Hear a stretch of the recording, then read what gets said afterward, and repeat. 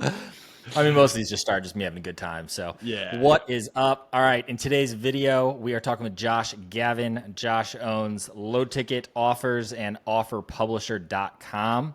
Both of them, half the time, they don't work when I click on them, but Nope. you know, it's a ClickFunnels 2.0 life. All right, Josh, kick it off. These are not interviews. These are not Yeah. the classic anything. This is going to be what's the current biz, what's the goal, what's working now, Yeah. strategies, tech, just jam. So, give the quick 1 minute. Who are you? Yeah. Name's Josh Gavin, currently 23 years old as of a few months ago. Last 12 months, I've helped launch over 500 low ticket offers in every market imaginable except sketchy woo woo and self development stuff I don't believe in. My first $1 million offer I ever created was right before COVID 2020. I was 18 years old. It was for pianoforproducers.com. It was a low ticket funnel, no high ticket on the back end. And since then, I mean, most of the low ticket offers that are currently live on the ad library have my hand in it through consulting, done for you work, or something else, and it's a true honor. And I'm still a student of the game. I text Ryan questions and Blake, you guys see him all the time. So I'm by no means made it, and I'm still learning, and I'm excited to be here. Yeah, two questions. One, you did $1 million on a piano offer? Yeah. I mean, I helped put Yeah, together. okay. Well, okay. So this is like a lot of the questions I get in the forums Yeah. on X and stuff, like not to call it out, but like the 0 to 10K style thing is like, how do I find an expert and how do I like build this around them? And like, I didn't do that, right? Like Yeah. Luke did that and then I came Yep. on after. I didn't have the wherewithal to realize that was a thing.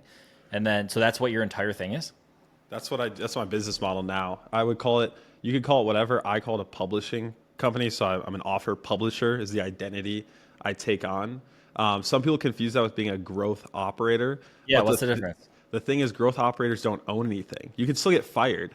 Like you don't own the payment processing, you don't own the banking, you don't own the funnel. So everyone's like, Oh, I'm a you own growth the whole operator. thing. I own the banking, I file the tax return, I own the funnels, I own the list, and if the face wants to leave, then I go find a new face and I introduce the list to a new name and I keep running the offer. So all these growth Interesting. They're operators are all like at branded. risk. I didn't realize that. Okay, so you do it where it's branded. Yeah. So Yeah, like dude. you'll say, let's use the piano one. You can use a different Yeah. name, but we're gonna call it piano.com just for simple. So you're gonna Yeah. take piano.com, you're gonna Yep. buy the domain, you're gonna own it. What's the process? You then find Yeah. somebody who does. So this just happened the other day. My next deal, it's in the process. I sit around I and actually obviously, don't know these answers, by the way. I didn't even yeah, no, realize. I know you're genuinely curious, which is going to make this better.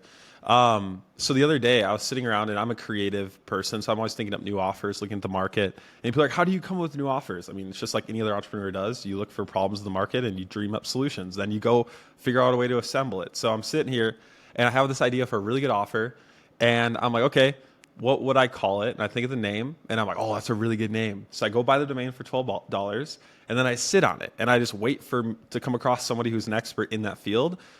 If I'm not desperate for a deal, like right now I have deals in my pipeline, so I'm not actively searching. But if someone comes across that fits that domain, then I'm like, let's go. And so Literally that domain.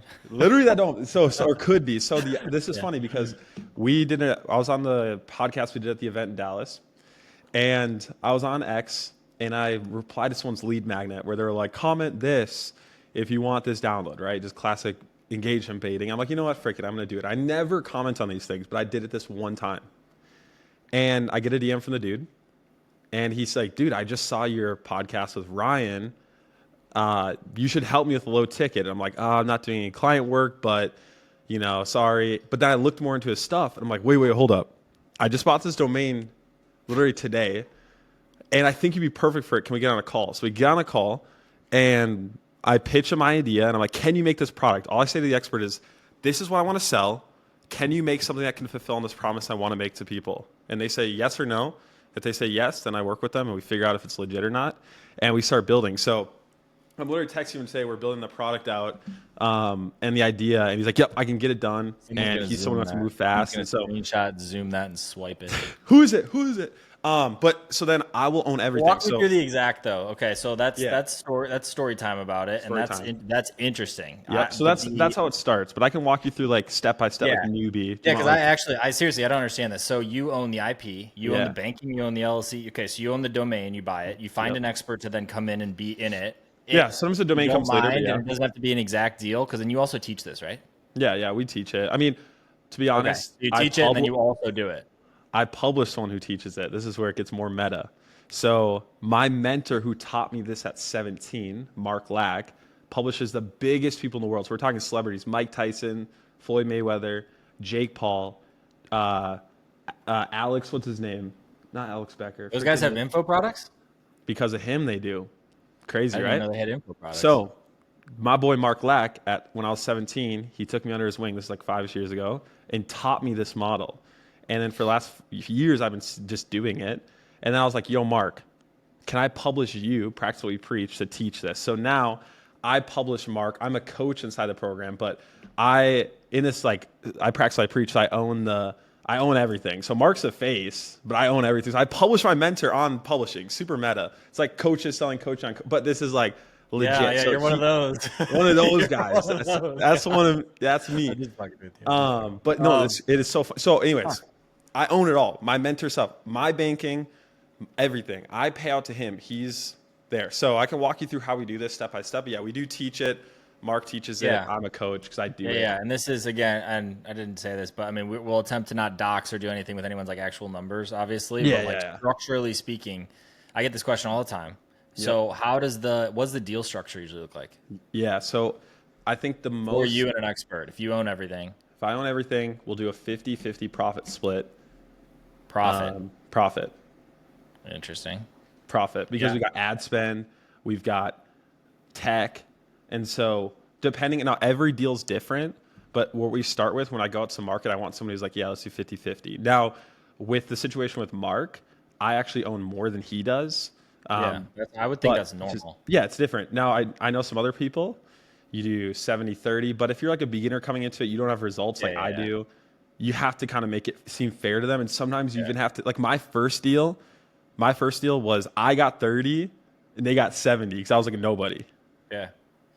So the deal structures, you're saying, hey, profit, and people, it's kind of crazy. It's kind of sad because I used to not know the difference, like what profit was, but people sometimes get so confused. It's super easy. I mean, it's just, you have the revenue that comes in minus expenses, profit, you split that. All right, guys, let's just look in ChatGPT. That's what profit is. But you don't know how many times I have to answer that in the DM. So that's the split. Now, again, depending on where you're at in your journey will dictate how much you can demand and own. Now I've kind of gotten to the level where I can say, hey, if you want to work with me, I'm owning everything. And they're like, yeah, I want to work with you. And then there's some people where you're newer and you may have to say, hey, I'm going to own the tech stack, the list, the marketing assets, the ad accounts, everything. I'll let you handle the payment processing because you don't really know me and trust me yet, but I'm still going to control everything else. So that's pretty standard. But we have students, dude, that go out and they're signing people with millions of followers and they're owning everything and they're nobody. They don't have results before. So it's not impossible. Yeah, when people ask me, I'm always like, oh yeah, like it's so fun. When we were starting this, I was in consulting.com, whatever group. I talk about this all the time. That's where I met Luke. And like I didn't have the wherewithal to do that, right? Yeah. And he didn't teach that directly. It was about you becoming the consultant. It wasn't about like partnering, doing anything like that, finding an expert. And a lot of the time, let's be real, a lot of it was like consultant to consultant or like B2B, you know, if they even call it that, it's like B to whatever. It's like B2B who sells B2C. I don't know. It's like that weird thing. Yeah. But I mean, I buy a lot of that stuff because I think that there's totally space for that. Like the people in the room at that mastermind were like, oh yeah, we sell, you know, who's bought from each other in here. And it's like someone else dominates podcasts, someone dominates YouTube ads, so like there's a place for it for sure. It's like the B2C guys that teach like how to make money online and then they only make money by making money online, like that kind of thing where I'm not a super fan, but like everyone's got their own thing and I'm not here to hate. So like, but I bought that and then we bought Cosman's course and then I bought Becker's course. So Becker had like this low key course at the time that was like a Trojan horse for Hyros because it was like up and running now in like a full software, but still not like obviously anywhere it is today. And in there, he talked about doing that. And he was like how he did that with some guy in Shopify make money online.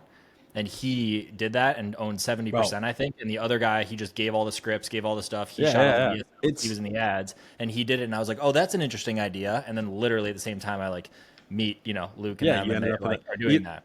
So it's nothing. But that was a 70-30 deal is where I was going with that. Sorry, my brain traveled. But like it's so like where the 70 of the marketer, owner, operator, whatever you call it.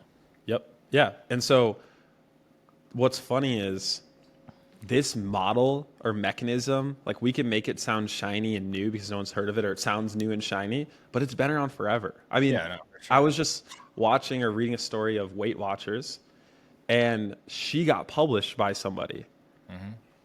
And so if you guys look at the original story, she started doing stuff in her home. She started these little groups or like community groups. She'd help people lose weight, and she's just doing it for free.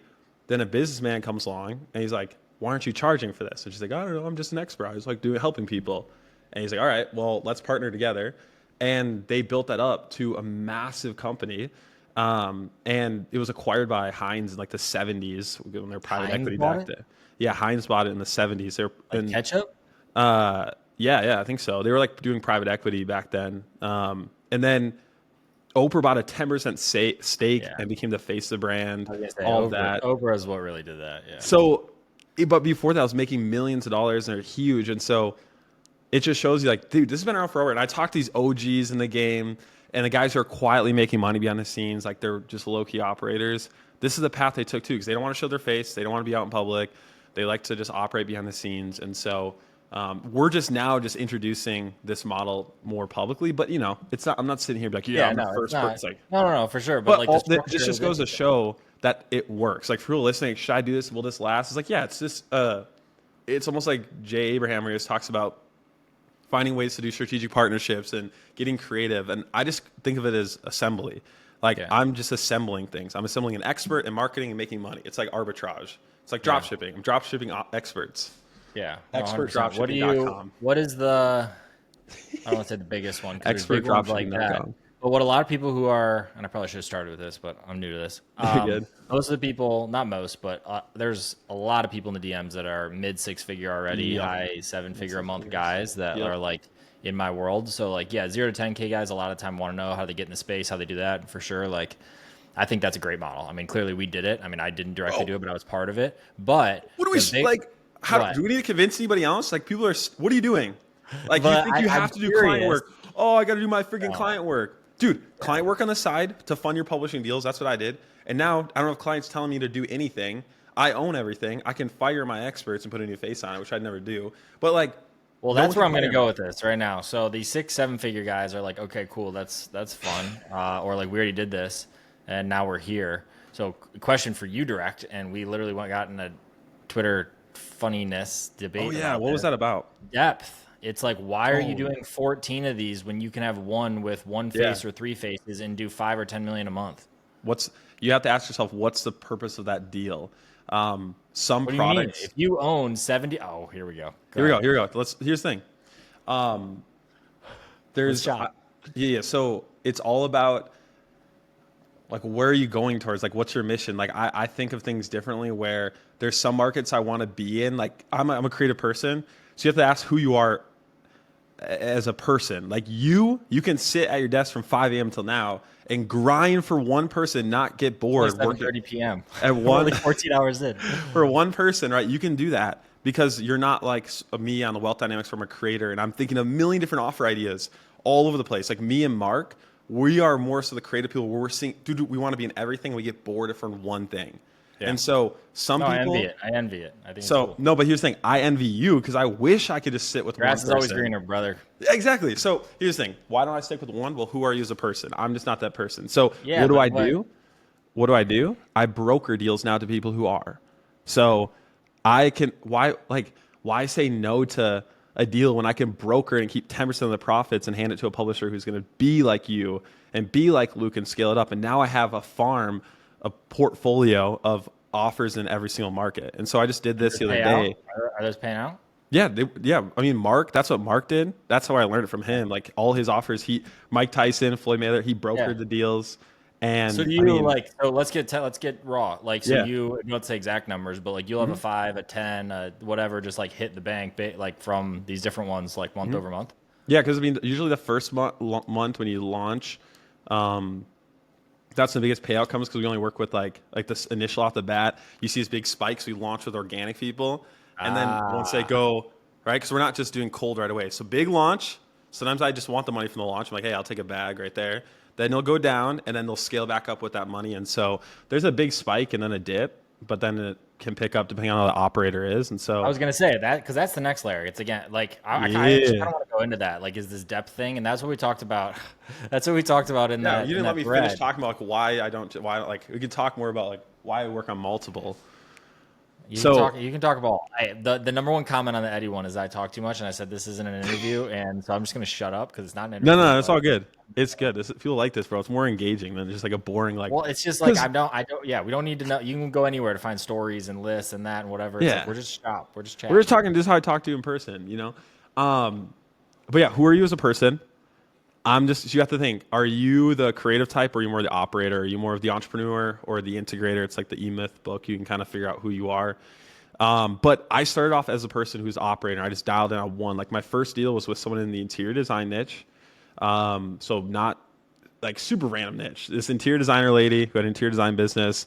And she didn't do like, it wasn't like biz op. It was more like helping with the actual design and the creative stuff and whatever. And so that was the first person I locked in with. I only focused on that one deal. And I just scaled that up until she wanted to have a baby and wanted to move on to something else. And then she had a baby and I jumped on the next one. So Yeah. ideally all the deal, like I tried to be the operator. I was like, I'm going to stick in this one thing. But the way I had to like stay focused, I had to do consulting calls on the side because I was just itching to do other stuff. So I had to create a way to be creative. And so that's where I did, hundreds of calls on Zoom, one-on-one, anywhere from $500,000, sit on a call with somebody to just build out their offers, their business. And so that's what allowed me to stay focused. But I finally was like, you know what? Why fight this? Why not just lean into my full creative side and then become friends with people like, Craig, who's one of the fulfillment Yeah. partners. I, send him Oh, I deals. didn't realize that's how you guys were. Yeah, our student, he's one of our fulfillment. So our students broker deals to Craig. So Craig, I think someone brokered a deal with like 1 million followers the other week. It's a new student. Nobody he didn't have any results yet. Brokers a deal. Now Craig, who's a beast, is going to scale it up, and the broker's just going to chill and take his cut. So, Yeah. anyways, Interesting. So who are you? And then some yeah. offers too, like the creator. You don't know the longevity of the creator. Like the lady who wanted to have the baby. I couldn't predict that she wanted to like retire from a business and do something else. And I had the ability where I could have taken the offers and the assets and put a new face on it. I actually had their competitor want that.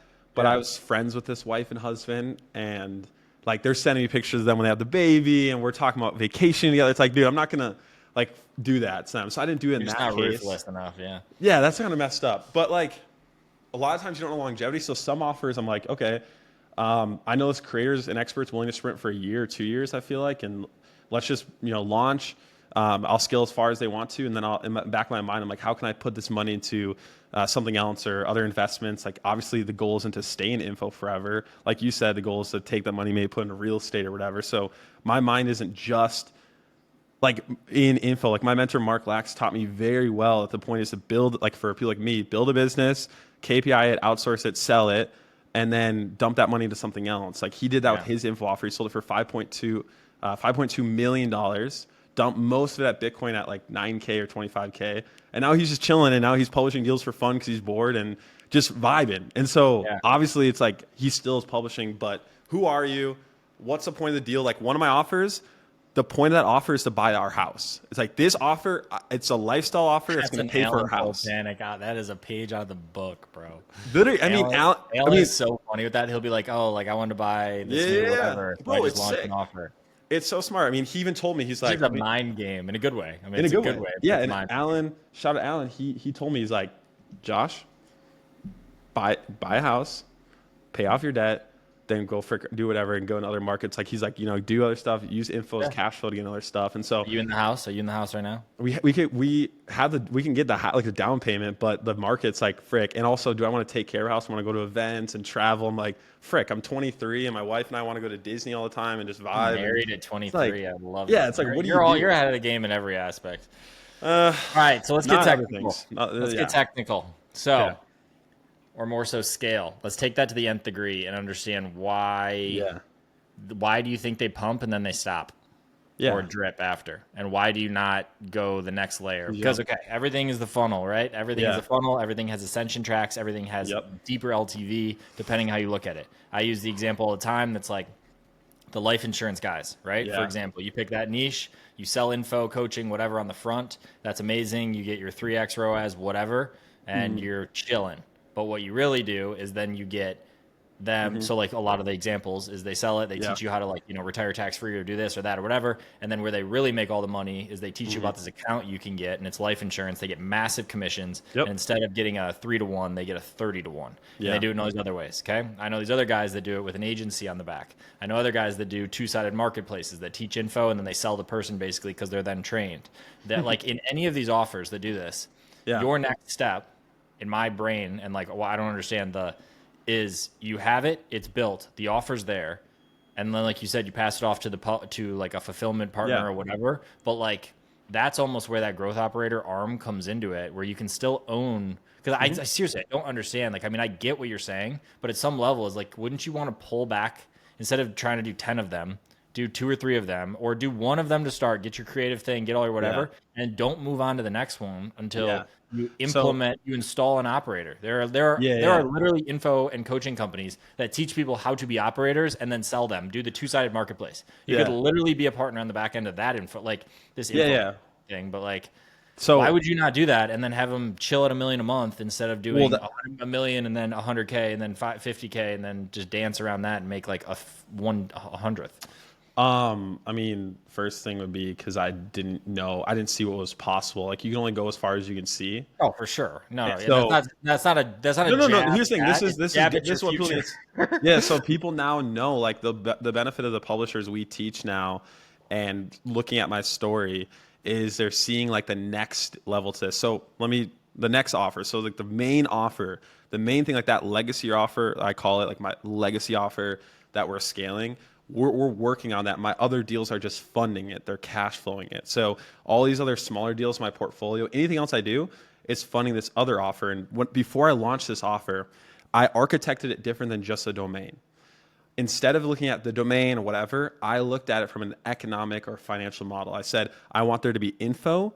I want there to be e-com. I want there to be software. And I want there to be lead gen. So I want to be a lead gen company for someone else. Those are my 4 requirements.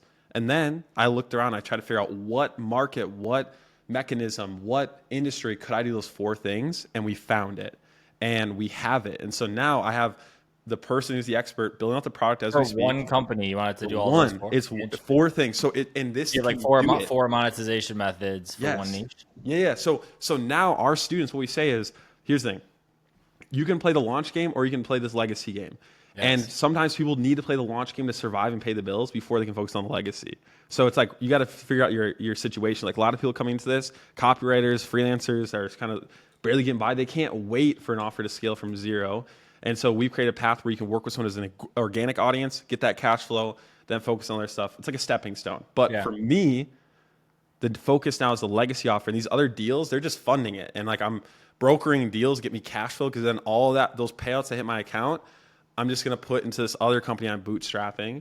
Yeah. And I'm doing that because this one's going to need more lift and we're not launching to an organic audience. No, that makes sense. So 4 things. You got to, before you publish an offer, if you want to like think deep, info, e-com, software, and lead gen. So who could you sell your list of customers to refer people to? So you're using all 4 of those monetization methods. You're going to have a software baked in. You're going to sell physical products. That's a plan. So you go info to start because it's low fulfillment costs, right? High profit margins.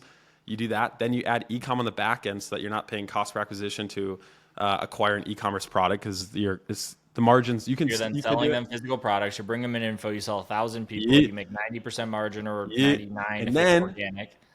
You get the freaking software. And then you sell them physical products. What do you sell? And then you're selling them a physical product that's a consumable, recurring. Consumable, ideally recurring. There's other ones too. In this one, I don't want to leak. Like this is, but it's like consumable, and then there's stuff like household item, like a plug and then you're trying to plug a software. And then software usually can tie into the info because, like for you guys, like apps, right? If you had an app, they're pretty. Or it's like info through a software, And dude, making software now is so easy with AI. I have a friend who he has an offer coming out soon called Automatic Apps. And it's like BizOp, but it's definitely the next wave where instead of selling like PDFs and coding, all these stuff, it's selling apps and these like GPTs to build apps. So anyways, you can make software so easy now.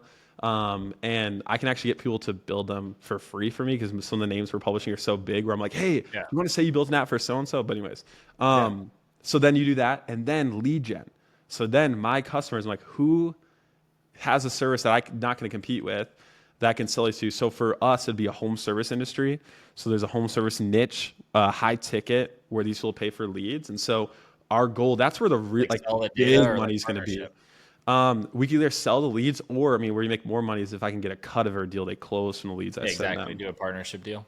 Because Yeah, I can that's have what we tried to exclusive do with Clogg. providers nationwide, and it's like, Dave Ramsey does this super well. Like he has Oh yeah, like real 100%. estate, like, hey, our trusted realtors, our Yeah. trusted financial advisors, and he's Dude, playing both that's what I'm ends. saying. So, okay, so you're going deep on this one? Yeah. Oh yeah, you have Okay. to. This Thank is you. the. I'm buying the house with one of the offers. The other offers fund the freaking other. This deal. This deal Yeah, is one because that can that's the big boy exit. game or the bigger, and then Yeah, that's where that's my where you frame like mature. That's stops. where you And get out again, the I'm trying to be Miami like, money, bro. yeah, Like I'm trying to be as short-term like thinking. student as possible, and like I can only go out to here, but like Yeah. you can go hundreds of millions with that alone. Like that's And structure. here's the thing.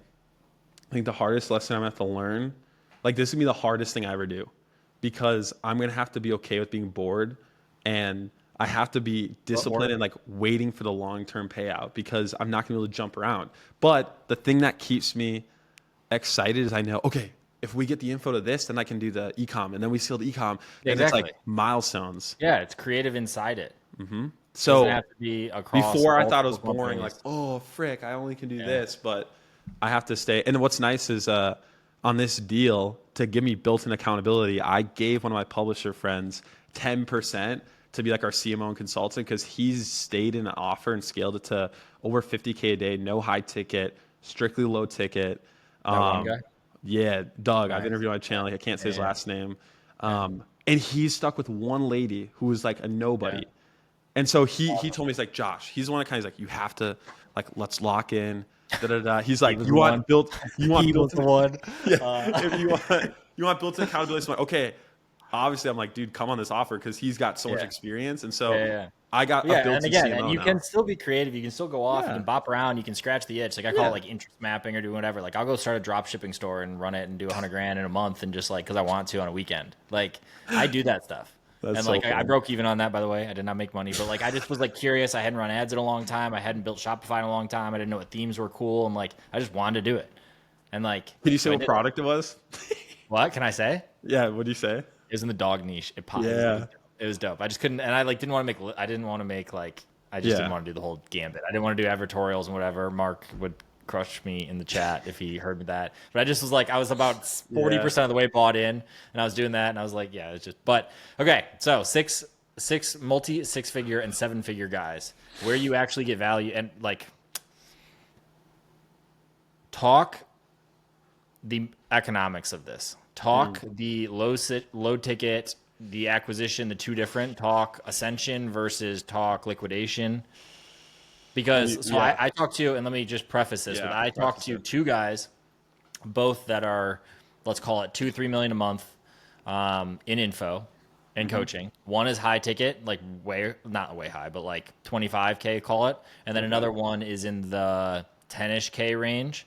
Both bids out. Both of them were not running low ticket at all. Both were doing VSL call funnels direct, and one was doing like DTA ish. And then I was talking to one. It was like right in the beginning of this, like one of my first couple videos, and he starts hitting me up on Instagram. Super cool guy, tons of similarities, all this stuff. And he's like, "Oh, I'm about to test this webinar direct to cart thing," and we're talking about that one company we talked about that does that, and then does it to a set and then a close, and like does that model where it's direct to cart, fixed, auto, and then they do the ascension. Right? Yep. For like 4 Yep. times the price on high ticket. Yep. So he launched that and he is printing.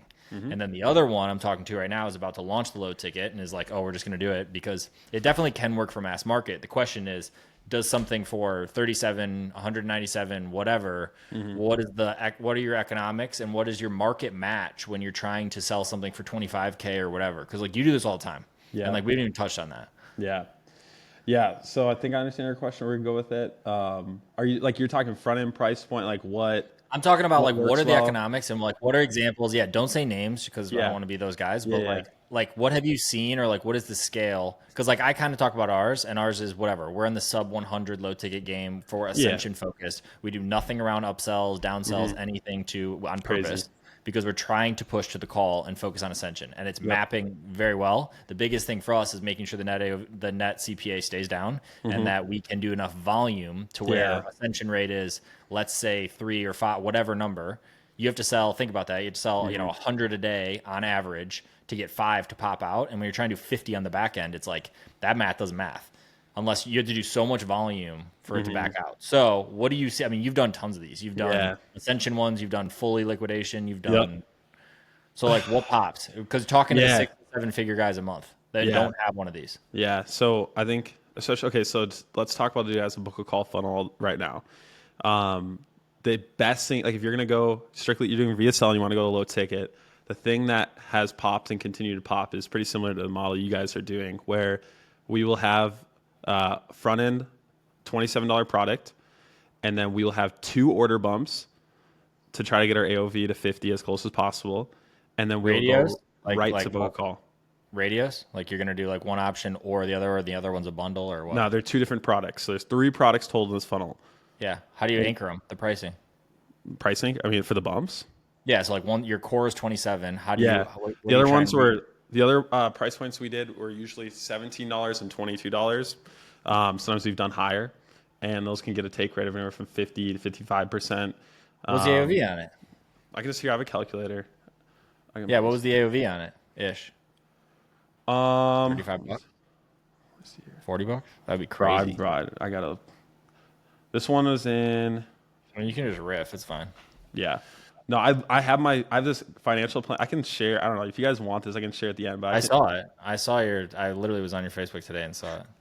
Yeah, I have this whole like tracker where I can like play with the numbers and map out. What is it? Just give me rough numbers. So it was 22. Yeah, so it was 27, then it was 22. So like 5% take rate on the front end, so you'd be closer to like around 40 to 45 AOV just on like the $27 front end, $17 order bump 1, $22 order bump number 2. And those are both around 50% take rates, which is very easy to do. Like getting a take, like order bumps are so easy to sell, bro. Don't overthink them. Just slap in there, pre-check bump. You could do uncheck. Pre-check. You could do pre-check, yeah. On Go High Level, I think you can do that. That's savage. You just do pre-check, uncheck it if you don't want it. The refunds, people see it. They know you have to see. You're not like doing anything gray hat. Like before they see the complete order, it's checked. None of my funnels have pre-check bumps. Just to be clear. I just know people who do it, and for all the dark lords out here like that kind of stuff, there you go. Mine do not, because I'm in ClickFunnels and you can't do it. So exactly, I was like, proof. So yeah, $27 front end, 17, 22, $40-ish AOV, and then right to book a call. And so usually, you can and then right to book a call. That's your dude. And guess what? You got someone who's even easier. If you got a VSL that's already cranking, I'm going to take this is what I did. I did this for career consulting in the data, like job placement industry. We took the and I did this for accountants too. So 2 different industries, just to give context. I took their VSL, I transcribed it in Descript. I took that over to freaking AI and was like, study this, whatever. I said like, remember this back when there's projects. Then I took my little low ticket funnel template for copy, and I like came with a product idea, like, we're gonna call like this something masterclass, because my thing, I sell masterclasses on the front end, which is like a webinar pretty much. And I just made the funnel, like I just took their existing, all their stuff that's already hitting, all their hooks is already in that VSL they've already proven out. And then we had the low ticket ready to go. So all you guys who have VSL funnels, don't overthink the messaging. Like don't sell more the same stuff. You produced an actual low ticket product from it? No, I just told the person to make a masterclass. I'm saying all the copy, the angles were all validated because it's coming from their existing VSL. Yeah, Anik was talking about it at the event, and he was saying how they'll bolt like similar to that. So they'll run like a low ticket funnel, and then on the like post, it's like, oh, you qualified for this bonus. You got this free masterclass, and then just dropping them in the webinar or the whatever. Yeah, that happens. That's interesting. I do on the email. I usually do it a little later. If you're doing book a call, like with what he's doing, I think he pitches a book a call at the end. No, he does mid ticket at the end of the webinar. But if you're doing high ticket, and you don't have a mid ticket, then I would just do book a call, try to push for that on an upsell page and the thank you page in case like, hey, didn't get to book your call? Do it again. And then you run the 1 hour fast start, which we talked about in the last podcast we did. And I can share swipes on how I position that. I can send you the emails. Like, how do you position the 1 hour fast start ascension webinar to your list? And that's you, just for context, that's you sending an email at post-purchase of a load ticket where you're pushing them to an automated webinar. automated, and then And then obviously the the first one's automated live webinar, generally speaking, what you just said is CTAing to a book a call for high ticket, generally, or software. Yeah, I mean I've done both. or software. Yeah, dude, we've never done mid. I mean, that's not true, not never, but we've Yeah, never. I say it again. We have never done it truly. We've never done yeah, any webinars. We've never done yeah, any mid ticket. For me, it just doesn't. We did mid ticket over the phone. It was like $1,000, yeah. $1,500, but it's so hard to segment out the offer other than the whole like, especially in our like in some of these Yeah, niches, it's hard to do like done you for you, can't done with you, done do it yourself. do So mid it's ticket like for your industry. well, it's just harder, right? Because it's like you give away everything, which is fine, and then like But the other one is the thing they basically actually need, personalization and accountability. and that stuff's that's a done for you. So it's like that's But why. it's not done for you. You know, like the highest you can go is done with you. You can't ever get Yeah, done I for mean, you. yeah, you can in your industry. You're thinking for it. Here's the thing. You know what's so stupid? Here, let's argue on Twitter on this. All right, done with you and done for you are the same thing. I'm sick and Okay. tired of here. You know what I'm saying? Here's the thing. Yeah. You join a coach. Yes, we're saying the same thing. Yes. But let's just change for the audience. You guys are out here. How do I need it done for you? He's like, bro, shut the frick up. You're done with you is literally done for you. You know why people are paying you? Oh, or here you go. We're gonna talk about the difference. I'm gonna tell you how to freaking sell the crap out of done with you offers like they're done. All right. So the same thing. When someone pays for a done with you offer, what are they paying for? Well, they're paying for you to make decisions for them. All right. They want to save time and energy Correct. for thinking. That's why I was sold hundreds of consulting calls because all these people wanted me to think for them. I wasn't building their funnel. I wasn't writing their copy, but I was thinking for them. Now we have ChatGPT that can do a lot of thinking for us. So that's going to eliminate a lot of things, but You're so funny. This is you such a can, done with you offer. you can easily curate GPTs to have good stuff. So you can do that. But here's the thing.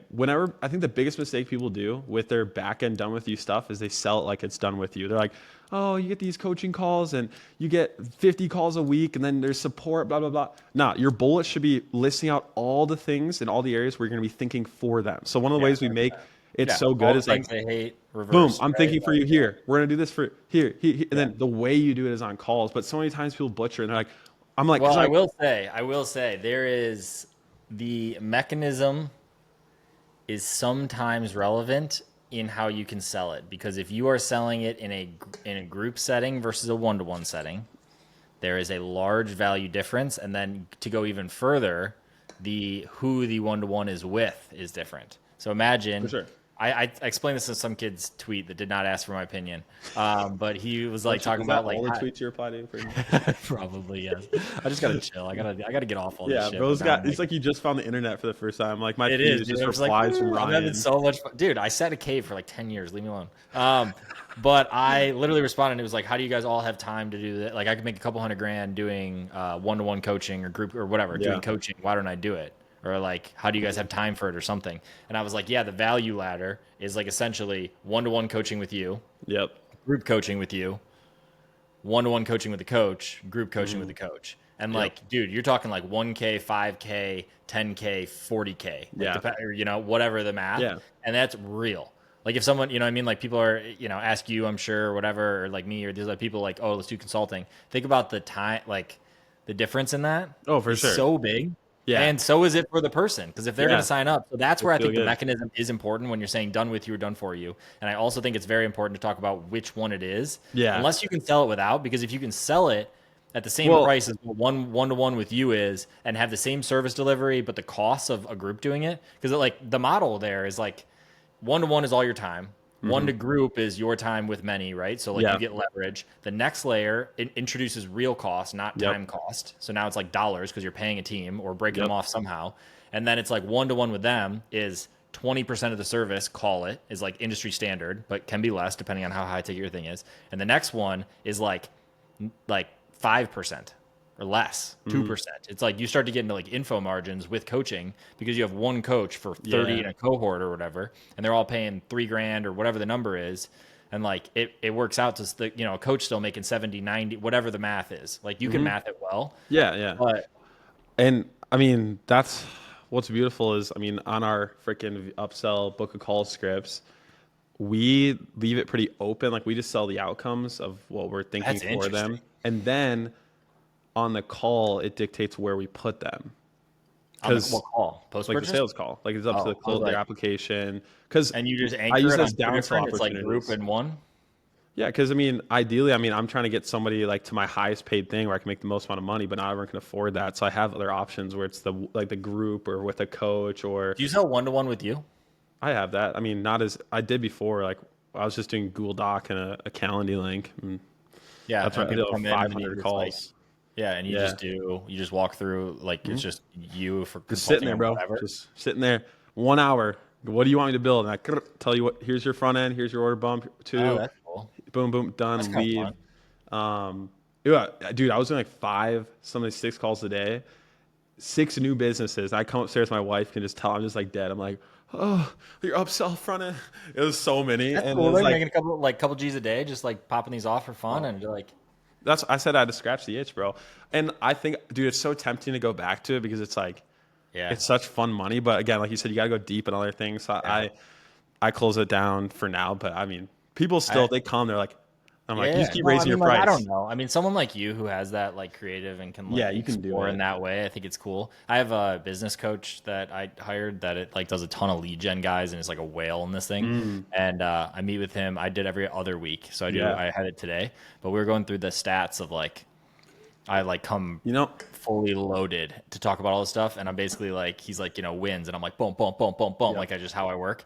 And I was like all of this inflow though in my inbox, like yeah, everyone's asking for consulting, everyone's asking for this or that, and I'm like, what, so we literally talked out exactly what we're saying, like what are the monetization methods yep, possible, what is the, and I just kept saying, I was like, I just want to build the moat deep, I just want to keep going moat, I don't want to like think about that, I don't want to have my time there, I don't want to yep. do It's key. anything. And It's then the hard. second I accept $1 from somebody, I am like, oh my god, Yeah, like because it's just how I'm gonna do everything in my power. I don't have the like, oh, let's do, I mean, like, and it's not speaking bad on it, but like if someone was like, oh, I want to pay for an hour for 10G or whatever the number is, yep. like, and I sat there and I would do 10 hours, I would do 500, you know Yeah, what I mean, yeah, like I you would just would. never stop, because I would be like, until I know that someone made like a True. 100 grand in the Yeah. 10, like it's just how Yep. I don't know, it's just I don't, No, because I've that's never it's done it, good. so it's probably like a limiting You, belief, but I just don't. And he was yeah, like, what are the other monetization methods? He was like, is it partnership, is it equity yeah. deals, is it whatever? I'm like, yeah, I mean the big play is like some Hormozy level thing, but he deploys Yep. teams, so then you have leverage issues because it's not just your time.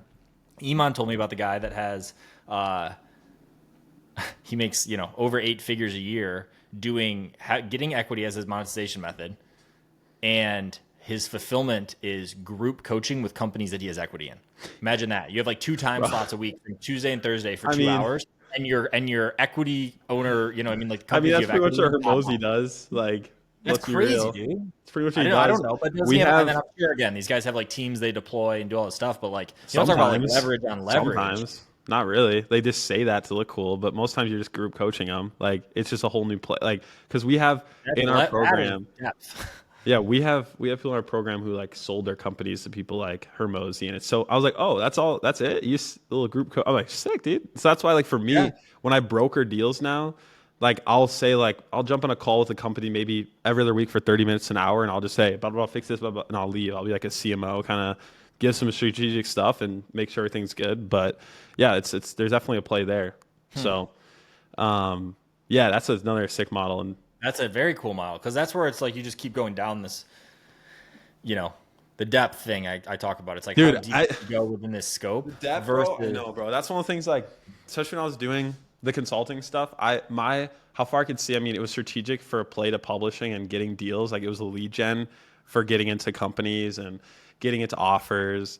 And I have this whole intention with it, but I know, like, going deeper with it, there's so many ways it could have and yeah. still Well, can. I seriously think, and you already said, actually said this to me, and then I just I agreed with what you said. So this is not my idea, but you were like, oh, I need like an operator partner. I need something like that. Because if you could have, you almost have to leave them behind though if you're going to do it right. It's like you need a pool of them, because you Yes. need to go like deploy, be side by Yeah. side, have this person like run it, and then Yep. you go do the next one, and then because that person can't jump with you unless there's some No, super you skill have to set have where they a replace themselves, and like you have to have that's the multiple. true. You see a lot of those guys where it's like two guys. I'm trying to remember who, but there's this other guy that does like private equity style play, like holding co Yep. play, and his partner is a very technical, like integratory style guy. Yes. but he's at such a high level that he can like go in, understand it, set up, whatever, and replace himself and then travel with. So you guys are both going offer to offer, and he's That's the replacing dream. I'm still himself. looking for that dude. That's the, Yeah. but like, I don't even think I need that dude with this next That offer. gives me like anxiety. Like I have nowhere close to that. You know what I mean? Like thinking of like leaving that behind, your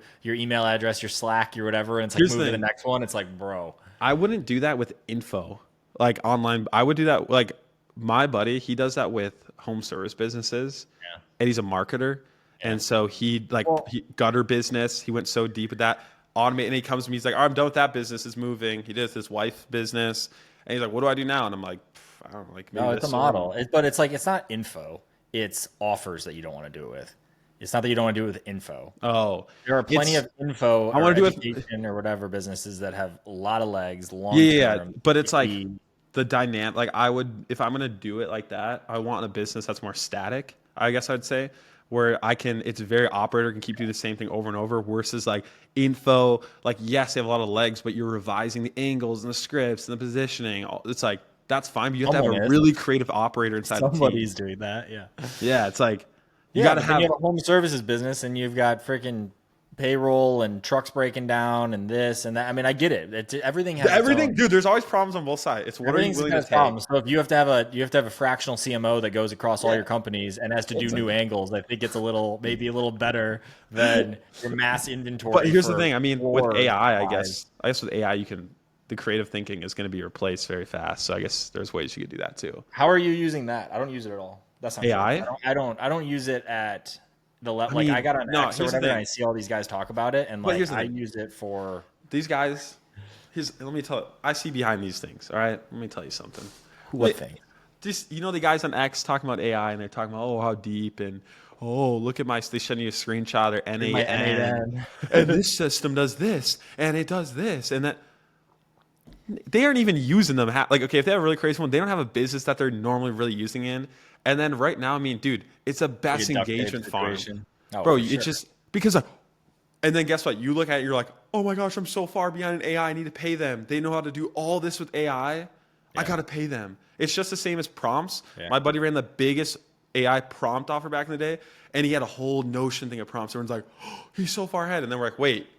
You could just have AI make those prompts. You realize the moat's not that big. Yeah. And so like most of these guys I think the biggest thing I tell people is if you start getting a place like I'm far behind, look at all these guys, like, nah, you're not that, they're not even that far ahead of you. Well, I think the biggest thing for me is and you can use it in simple ways.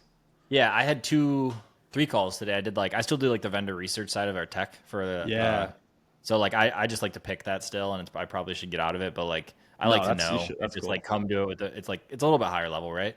And I'm essentially trying to solve for source of truth with all of our data, and then an AI rollout of basically replace and enhance all of our automations first, because we have 3 million apps. And then the next layer is to replace and enhance roles and like responsibilities and stuff, right? So like start with all the tech and start by doing that, and then do it on roles and like efficiencies and systems. And the general like consensus of today was my understanding of what AI can do that automation can't is very limited. Like I can't, right? Like I understand that it can do that, and it can do it like a little better or whatever. Or it can have like, and how somebody explained it to me was essentially like you have triggers, then you have actions and automations, more or less, right? Obvious.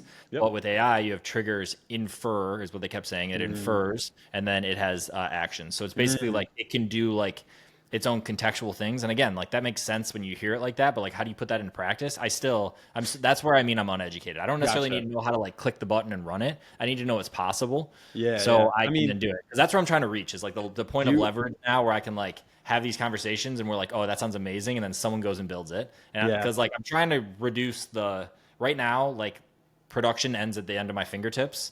And like I want it to end like through other people and like through team. That's when I'm trying to like stack the scale, and I'm not there yet, I'm close. But like, because I dream up ideas like that where it's like, man, what if AI could do this or whatever, and then I just go to ChatGPT and I ask it what tools could do it, and I just like come up with it, and I find a lot of like stuff that way. So there's always a tool for it. I'm like, oh wait, I could build this, and it used to seem super hard. Now I just ask ChatGPT, tell me the exact stack I need, or AI stack to build a thing that does this. And then I say, step by step, how do I set it up? Step by step. Yeah. Awesome. What does it walk through? Literally, bro. And I'm like, boom, we're like coded, like we're coding a job board right now for our, like, talk about going deep with offer publisher. That's Yeah. a whole nother, we had a whole nother side. So like we're doing stuff like that. And I'm like, I don't want to, I was like, AI, can you make this? And it's like, oh, use Lovable and then do this and use this for the database. I'm like, Yeah. oh, easy. I'm not a tech Yeah. person. That's why I do It's- like X though. I mean, you're right. Like, there's obviously the farms or the crypto farm guys who like, oh, ChatGPT taught me how to make a trading bot that did this, and like they just do it for followers and all that stuff. Now they do it with N8N. Now they do it with whatever. Yeah, see, But there is one. There's a couple. Like I follow some of the what's his name? Like the EP guy. EP. Like he's a G. Yeah, he's a G. Yeah, I He's mean, amazing. there's like those guys. So it's like you Yeah, gotta like just like yeah. anything, there's the people that. I asked that N8N question. It's my number one. It got like I don't even know 300,000 or something like Yeah. impressions, and he hit me up like instantly. He's like, "What are you trying to build?" And I was Yep. like, "My guy, thank you." And we went back and forth, and he was like, "Yeah, don't buy my stuff because if you want it, mine is like his was more on like true prompting and like whatever, all this stuff in this direction, and mine was more about automations, enhancement stuff." And he was like, "Go this direction." Gave me 3 people. Like that's Yeah, the it's kind so of people I sick. work with, And right? that's Like not even trying. I mean, again, he's only going to make whatever he's going to make if I was to buy his thing, and like yeah, instantly points me in the other direction. I'm that's like, that's a they're real one. legit. That's a real one. Yeah, Yeah. that's So legit. what's Yeah. let me go through these comments on this. So Oh yeah. what do you think most people get dead wrong about launching a low ticket offer? Oh frick, there's so many. I know. Um. I already have like 3 in my brain.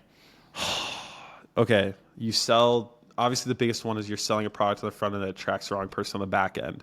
Let me give you an example. It's super easy, but it's like That's so real. right because okay, I made this mistake. Let me give you a story. One of my offers that I published. It was the second offer I ever published. So like meaning I'm a publisher, get a cut, expert. Second one. So I'm still newish. I wasn't really thinking about this, but his back end offer was coaching, group coaching style thing, and so it's coaching information, whatever. On the front end, I decide to sell a tool, a process, plug and play, bop, bop, bop. That's it. And then we somehow are trying to make the connection on the back end where it's like, oh, if the process breaks, then we're here to coach for you. And it's like, what the frick? We're literally devaluing like what they just bought. Yeah. And so You did the done for you up front for $12. yeah, what the frick? And so you sell the wrong thing, or you sell tools. Like if you sell tools on the front end, That's funny. Yeah. so you do that. That's wrong. Another And thing, explainer behind that, that's because you flipped the model, right? And like yeah, I flipped it backwards. It should have Yeah. been selling a model on the front end, Yeah. tools to do the model faster, and then the coaching helps you And then done faster. for you, yeah. So here's how I fixed it though. I just sold even more done for you stuff on the back end. So you can sell tools on the front end, but your upsells have to be more tools or done for you setting up that tool. It's additional tools. So that's a big big mistake. I like Alan's explainer of that, which is like you're basically just selling the same exact information, right? Yeah. It's like the easy way to say it. Yeah, you Selling could do it same that way. information across 3 stacks, and it's Chopped like, up. yeah. Yeah, Well, you no, could- no, just like the different Oh. layers of implementation and the easy way to say Yep. it. Yep. And so like that's the biggest one I see people do. Big low ticket, thinking that today's world. I made a post on this, but people who complain when it's not liquidating on the front end, and they're like, "Oh, it's just broken." Yeah, what do I'm you just trying target? What's up?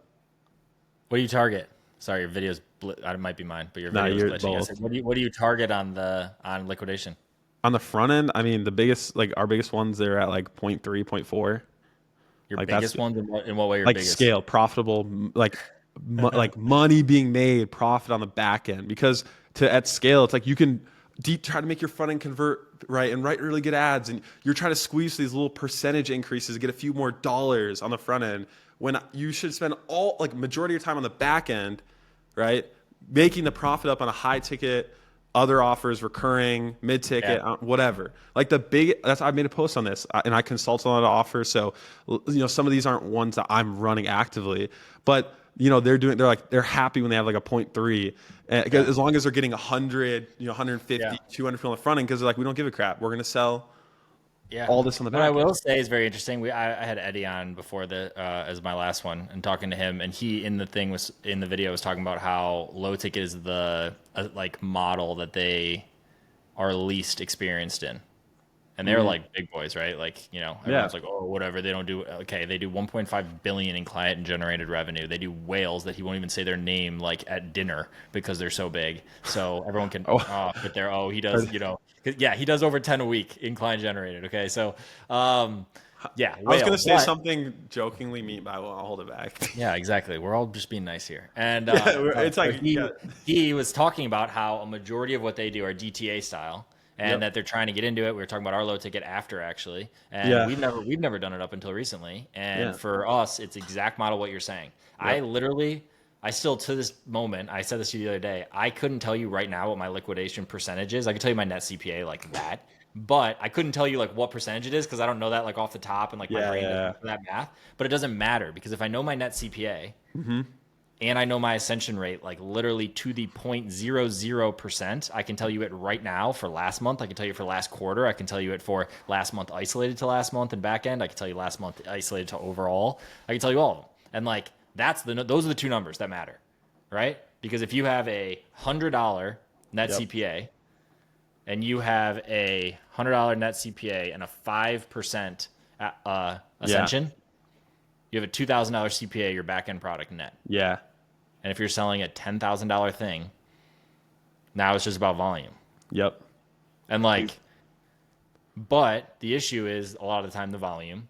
And what are the other issues? When you sell the wrong thing and it doesn't get the 5% ascension, if you sell to the wrong person, who is not the person who's going to send to the back end, what else? And then I would say, I mean, those are two big ones. And then I think too many upsells, they kill the high ticket sales process. If you're doing high ticket on the back end, that's frick. Here's another one, big one. Front end product. Um, this is a big one. People just throw random stuff together, and they don't realize that their front end product is probably one of the biggest mechanisms in the ascension process, like to get people ascending. How so? Some people focus too much on teaching step by step stuff or super educational, like long courses or even like books. When I found it was better to, yes, give them fast things to implement for teaching a model, but increasing belief through the product. And so, obviously, I mean, low ticket, I think the consumption rate is pretty low. I think 10% of the people will actually complete or consumer low ticket offers, what we've seen. It depends on what it is. If it's a tool, it can be higher. So you're Yeah. not a ton of people, but those 10% are great on the phone process. And so I think a lot of times people throw random stuff together. They like miss that real estate there of attention because you know how important consumption is, right? And how it's so hard to get people to Yeah. consume. That's, And I so think, our number one thing. I would argue that probably is our like why it's helping. like moat almost. Yeah, Yeah, because bro, I see your emails and it's like more videos and you got your website. I'm like, frick. all And it I'm is, like, all it is, and none of it is cold ac. None of it. yeah, None yeah. of it's cold, which is dumb. Also, by the way, like we still have not put enough focus, energy, whatever, to master using that content for cold acquisition or for like first Yeah, click, but it's and like that's on huge on us. the back end. But it's Like, huge in the because middle. I even look at your stuff. I'm like, no, okay, no crazy claims. Now I'm like, what? But I'm Oh like, my oh, god, no. frick. There's so many like videos and Yeah, Jeff. blogs and Yeah, it's like we're direct response, but not yeah, right. you don't look like it. You don't look like No, it. I've no, seen because we direct don't do response in that. the It's like, industry. dude, and like, so funny. We're talking about doing a more cold, focused low ticket, and it's like, Yeah, oh, let's use this time frame and this, and it's like, okay, the only way you're using a time frame is if you're talking about like, you're not talking when about they'll how finish the you're not course. getting a result in a time frame. Like, no way. Like, You'll we finish literally. this course in 7 days. I don't Yeah, know what no, you'll get. seriously, like no joke. I literally was like, yeah, you can have it implemented in a week. You can do this, and like we actually found one, and I think we're gonna go that way, and I'll send it over once we There's do. a But time like, frame. but it's not a result Yeah, at all, because I'm like, nah. we're not doing that. The entire like one whole portion of Yeah, this. I think honestly, for everything I do into the future, and there's a bold claim, so like maybe not, but whoa, I think whoa. that I think it gets better customers. I think it Oh, gets higher value. Like I think all of the things that you want out of a customer, yep. it's harder to sell. But if you Yeah, have the results, you have like the conviction, you have all these different things that yeah, you can still get people into your thing. They are just so much better if you're not quick fix selling them and like finance selling them and like doing all these things. And there's time and place for finance. I'm for agreed, but there's just so many reasons I think that is a better customer.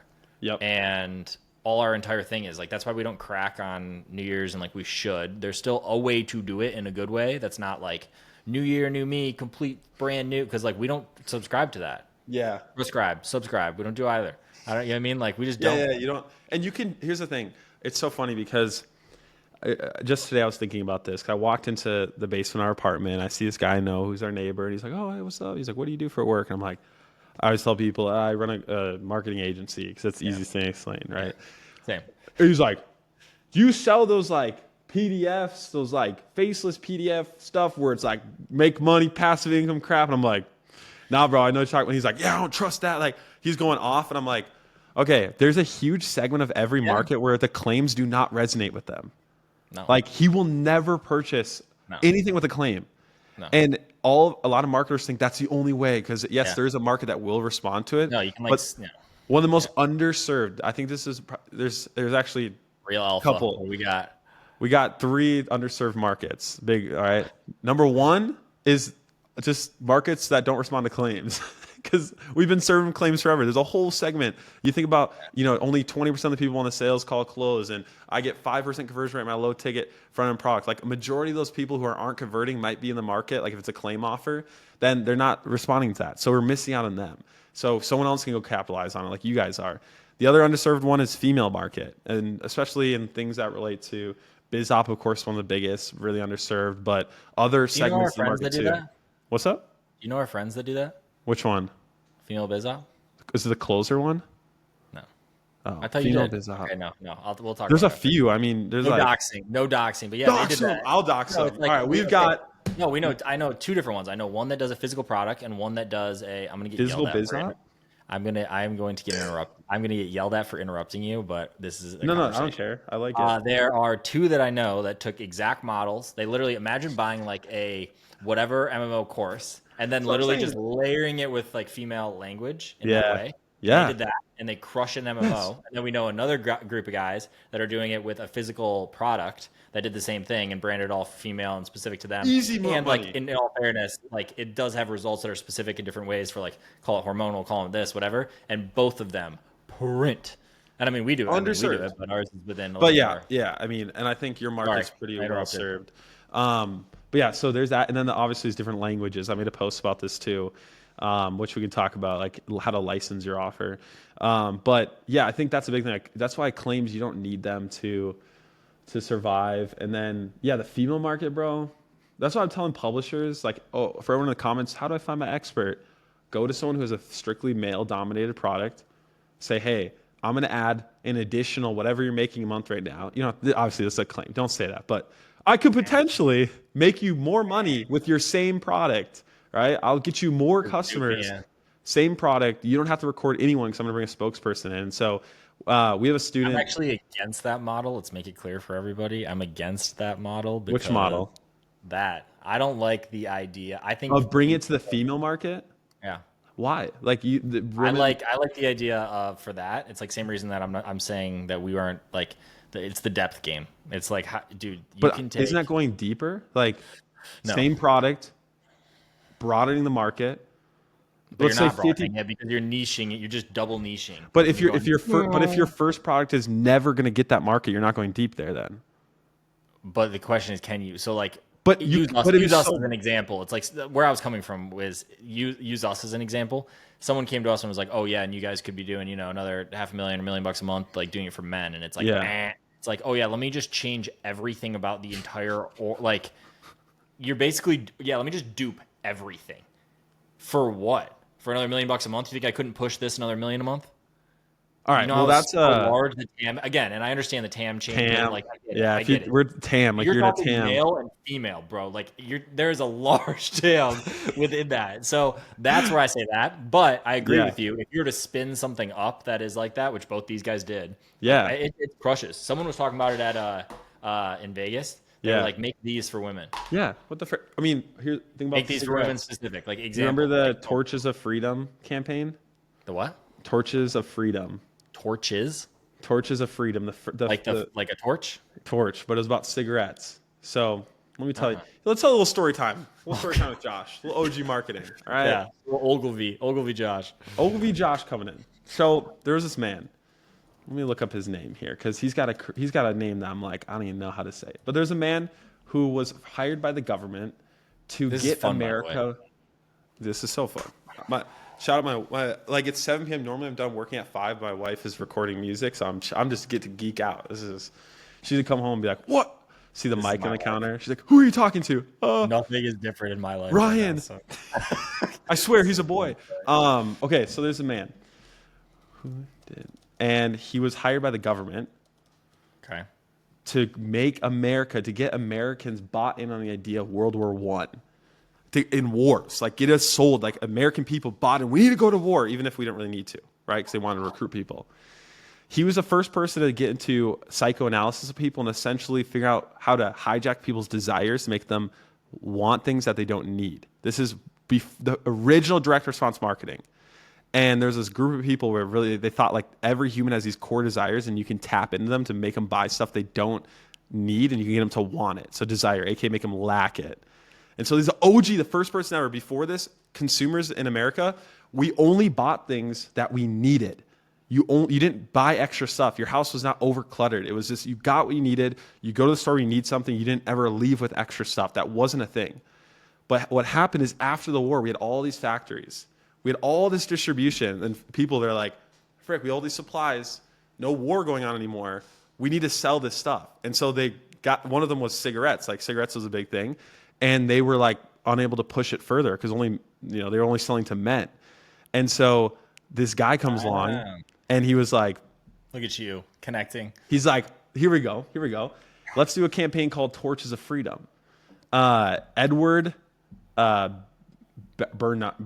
Yeah, Edward Bernays. He came up with this campaign. And there's a parade going on in New York or something. It might not be New York. It was a big city. And he hired a bunch of socialites from the city to hijack the parade with cigarettes and smoke them. And he got reporters and camera people to take it. And so they had this whole publicity stunt. And on the ads, they called it Torches of Freedom. Like, women are independent. We can smoke as a sign of freedom. And, women are strong. We don't need to do what men said, right? They tapped into this desire, this lack, and got all these women to buy it. And cigarette companies, boom, exploded sales, tapping into the female market. And so some products will never hit with males, but you can tap into it by a whole different language. Men aren't going to be like, yeah, Torches of Freedom. Like, no, I think it's a great, like, but like you said, at your level, you aren't going to do that. But for some freelance copywriters watching this right now, I was like, I want to get into the offer game, but I don't know what to sell. I don't think freelance copywriters watch this. They might because you're on it. Nah. Well, I hate to break it to you, man. Just kidding. Shout out. If you're a freelance copywriter, agency owner, you're watching this. I know you are. You freaking swipers trying to get you all the campaigns. They're trying to hijack. They're trying to dox us, bro. They're going to copy our campaigns. But this is like one of the things they do. And so you can go to someone, say, I don't know what to sell. Okay, go to someone who's already selling something. And then one of our publishers, he's speaks English and Spanish. And he lives in the States. That's a major play too. And he did the same thing. He did the same thing. Now, other ones, Germany, France, and then Australia. Dude, Australia is so far behind us. The amount of offers I'm on where it's the most would not work in our market because it's just saturated, that are crushing in Australia, and the CPMs and the CPA is low. Yeah. I had a female influencer reach out that is selling like a physical product and info products.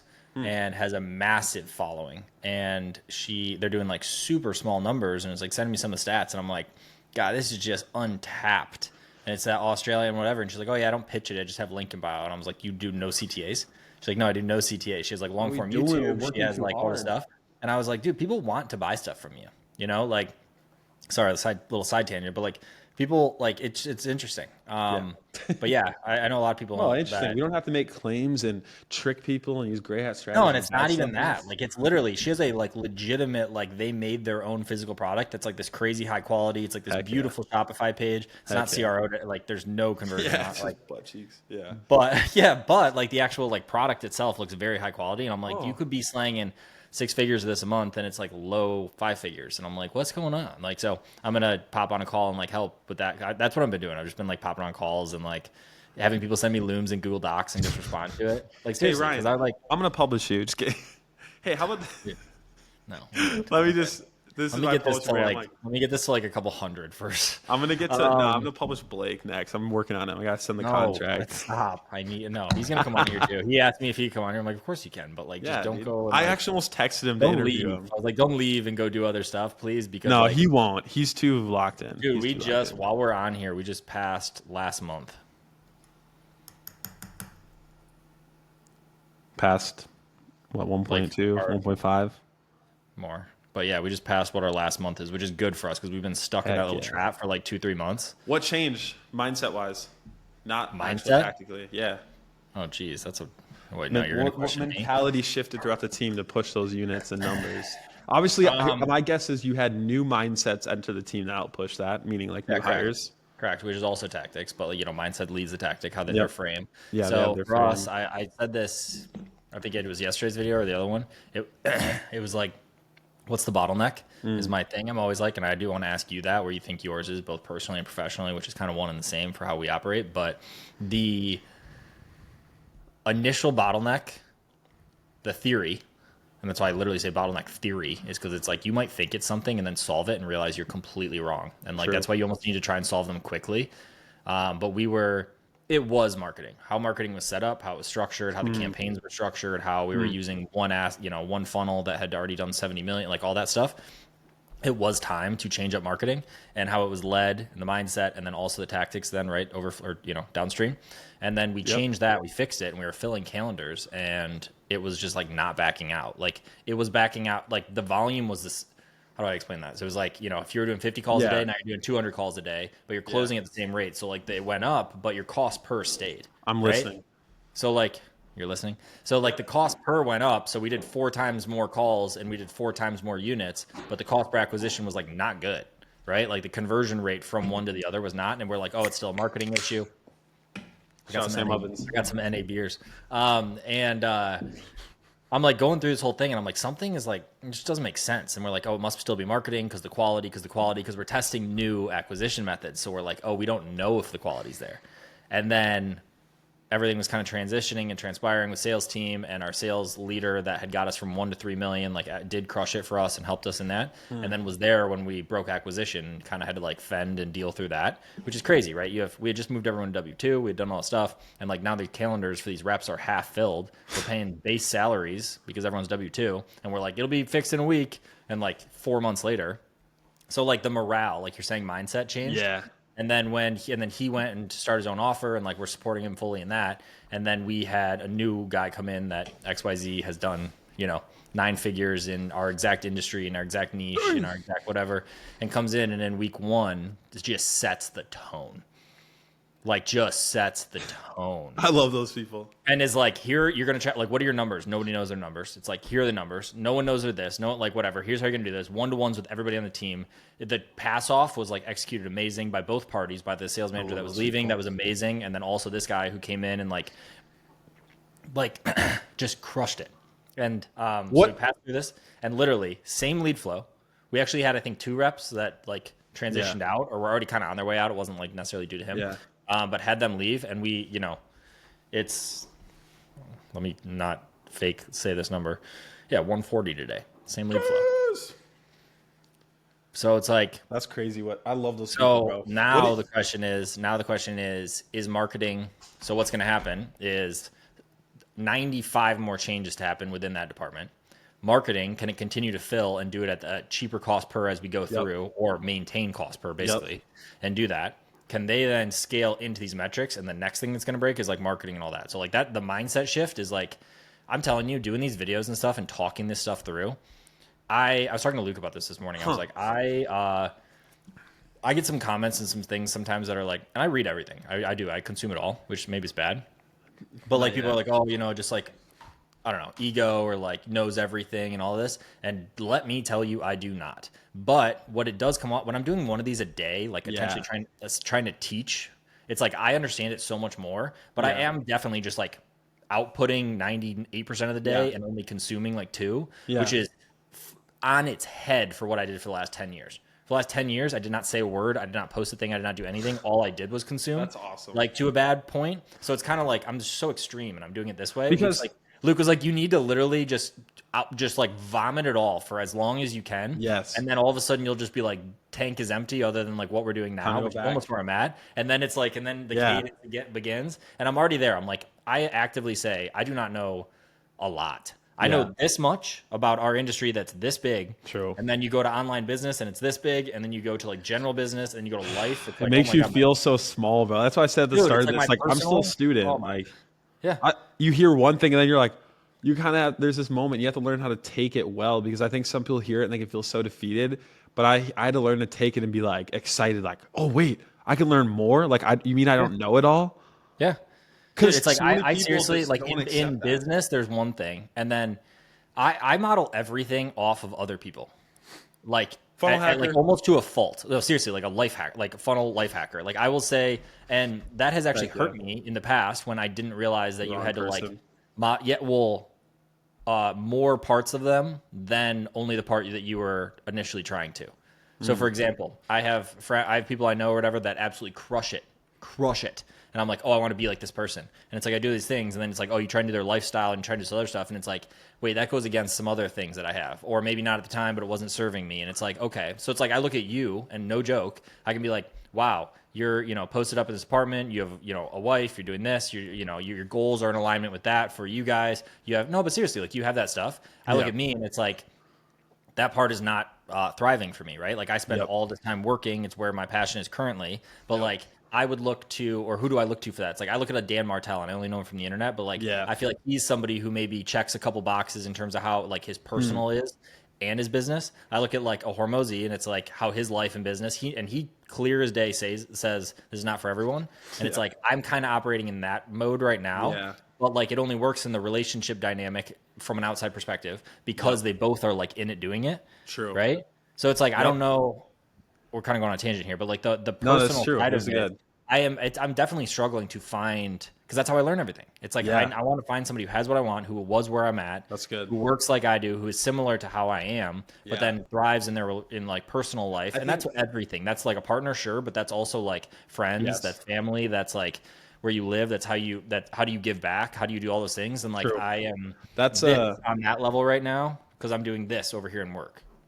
I love that you're bringing this up, because I think a lot of people need to hear it, because I remember I would get psyoped or romanticize certain gurus or experts coming into the game very young, being a 14-year-old kid, being raised by BizOp gurus of all sorts. Like I followed a lot of interesting people that led paths I'd never wanted. And I think the biggest thing that helped me was, learning and hacking the people that I wanted to be like Mark Lack. He is married, young, has a kid, Yeah. also has a Urus, has Yeah. millions of dollars, and his big vision, but he's not sacrificing his marriage or his kids. So I'm like, okay, how do you do it, Mark? And let me build like you. But I used to study guys who, Miami bros, which is nothing wrong with it. It's just not exactly. me. And there's nothing wrong with Right? it. But you just follow the wrong person. And so I for think what you want though, because guess what? biggest- There's a 14-year-old kid who wants to live in the penthouse in Miami and do it, and whether do that's it. his life, And like I had to learn a lesson as a kid. Shout out Logan. Can I name drop him? Because I give him some hype. last name. Yeah. Or do we not dox people? I mean, it's up to you, but I want to hype him up because he's been working hard. Go ahead. All right, Logan Jerome. Shout out Logan Jerome. He's next up. He's up. This kid in Minnesota who's been just locked in. oh, is that the kid I met? No, that was Isaac. He's Isaac's also locked in. He's one of another kid Isaac's that's locked in. G. Yeah, We got some locked in kids in Minnesota. He's so cool. Shout out Isaac too. Logan Jerome. He's a kid who goes to my church. He came up. He started loving the agency game. He saw us on Iman Ghazi's channel. And he's like, "Yo, like let's talk." And he's the one who actually did what I suggested. But what I found, the lesson I had to learn, is I started suggesting my beliefs into his lifestyle that didn't align with what he wanted. And so he was going a different path that I just didn't go. But I was hurting. I realized I was hurting his growth because I didn't agree with that. So I'd knock it. I'd be like, oh, blah, blah, blah, blah. And I had to learn to like, no, that's what he's doing. Push him towards that. And so as I think for people on here, if you're mentoring, if you're coaching, you also need to learn what do your customers, your students, your clients want, and make sure that you're not putting your propaganda into their lives. Because he didn't want to be married at 21 and have, it's like so easy for that to happen. It's Yeah. like I have one friend that I'm pretty like, that crushes it, that's older, that is like kind of like still in just exploration party, crushes it, does whatever, and like Yeah. nicest, but like great, well, all this thing. And it's Yeah. just like there are certain pieces of lifestyle or whatever that it's like, okay, like not, my cup, but like it's so like such a good person, such a Yeah. nice person, but like just how they live life and like how they built their business model and stuff. It's just not in alignment necessarily with like how I'm currently in. Yeah. And it's just like it's difficult sometimes to like piece and part what piece or Yep. what you want to model it off of. Yeah. That's super. I still am struggling very hard with Yeah. trying to find someone that I want And they to. come. Like, here's the thing: you put out the intention, and they come. I remember I used to tell my wife, I was like, "Oh, I really want to focus on my health, but here's what I need." I told her the exact person. I said, "I want somebody who is entrepreneurial. They're growing their personal training fitness business, so we can talk business while we're working out. I want them to have similar beliefs, being a Christian because I'm religious, and so I want that. And I want them to work out with me like 1 day a week, but I don't really want anything more than that." So I said this for 2 years, and then this last year, some dude comes up to me at my Bible study, and he's like, "Are you reading the Bible?" I'm like, "Yeah." He's like, "Oh, I'm not religious, but I want to be." I'm like, "Cool." So I meet with him. We read the Bible together for weeks, and finally, he's a personal trainer. He becomes a Christian, and then I pay him to be my personal trainer, and he works out with me once a week, and he's growing his business, and he's similar That's beliefs so now. fun. It's Yeah. like, what the frick? You have to, but it's like you have to put out these intentions of that type of person, and I believe God brings them into your life at the right time and for different seasons. And there's like different mentors for different Yeah. seasons. Like I had a No, certain mentor while completely just all his stuff. That's all I live by, and I realized it was time to move on. And Yeah. you had to, No, I mean, move I've done on. it. I've done it with all the, I mean, I bought all the Google courses. We did all the oven stuff exactly to a T. We Yeah, did all the, Sam, my all the boy. people that followed Becker and then were like info and I'm going to go create a SaaS. Like everyone's tried, that's what ovens did too. And like people try to model it and it's like, execution is a different thing. But a Yeah, lot of people tried to like run that gambit because they wanted to run the whole playbook, not just like a piece of it. a piece. Yeah, And yeah. like, and sometimes you just need a piece of it that fits with you. And then you grab a piece from over here and a piece from over there. And it's like, Yeah, you architect that's the model that I'm assembly. trying to prescribe It's to. like Yeah, it's more. like assembly, kind of like offer publishing. Speaking of offer publishing, So what's your everything bottleneck right comes now? back to Where offer are you publishing. stuck at? Where are you stuck at? Um, Like so right now it's what, May 2025. So yeah. like do you guys do or I don't know what your team stack's like, but if you're like quarterly, annual, like what are you trying For to hit? offer publisher. I don't know. That's what I'm saying. Like like what is Okay, your okay. Well, here's the thing: when you have multiple offers in a report, like there's different. Everyone's at a different problem, which I'm is back sure. to going. I'm sure. These are the problems with it. Yeah.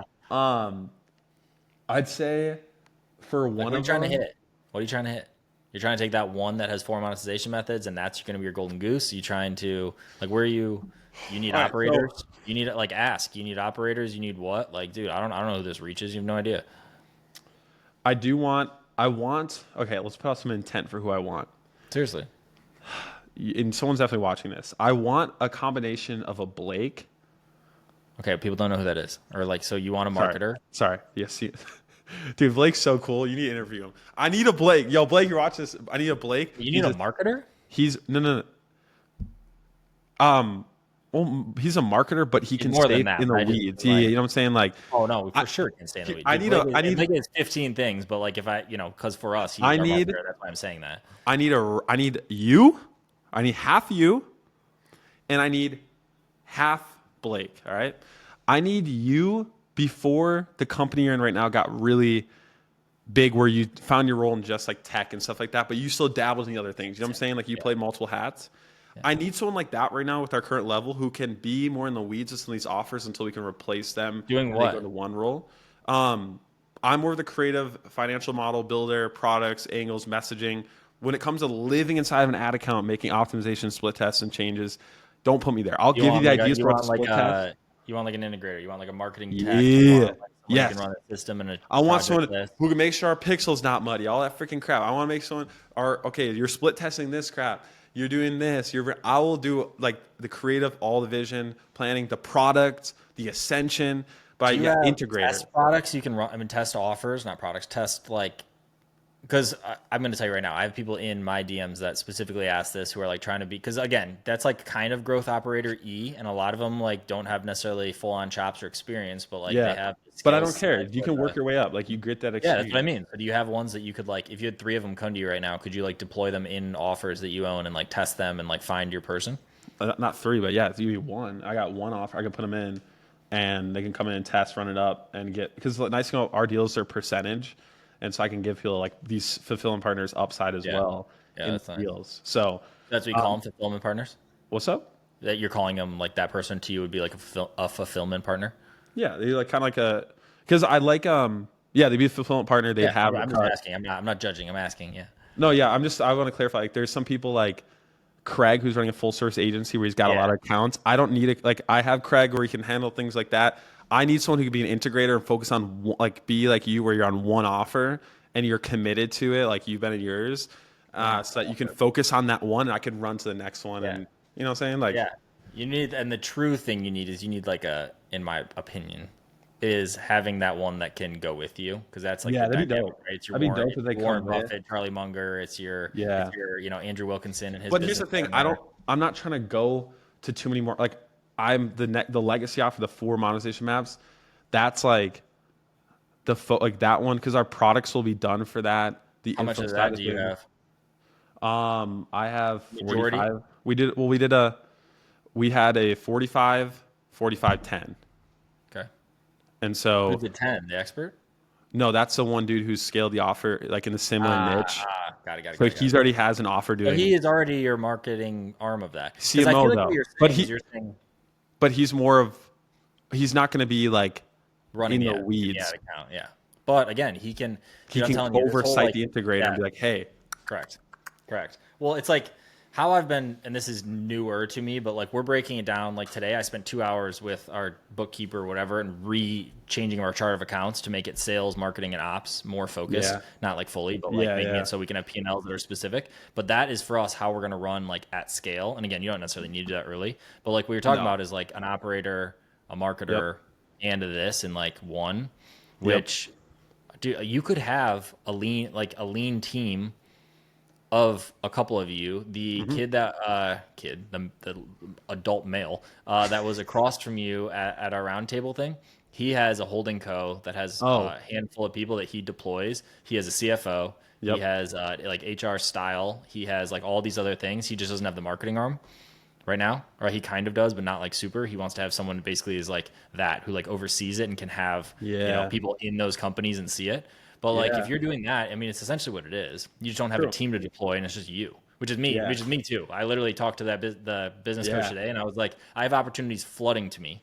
I want to take something with them, but I cannot be in them. I refuse to leave this like golden goose. That's the hardest thing I had to learn. Like, was say no. Like we had someone come to us who their last offer did 100 million, and last deal they did with somebody was like a third. They got 30. And the publisher got 70%. They were still coming to us like, we want me and Mark to come on the deal. But I said no, because I'm focusing on these other offers. And like, I had to say no. It's just There's so much power in that though.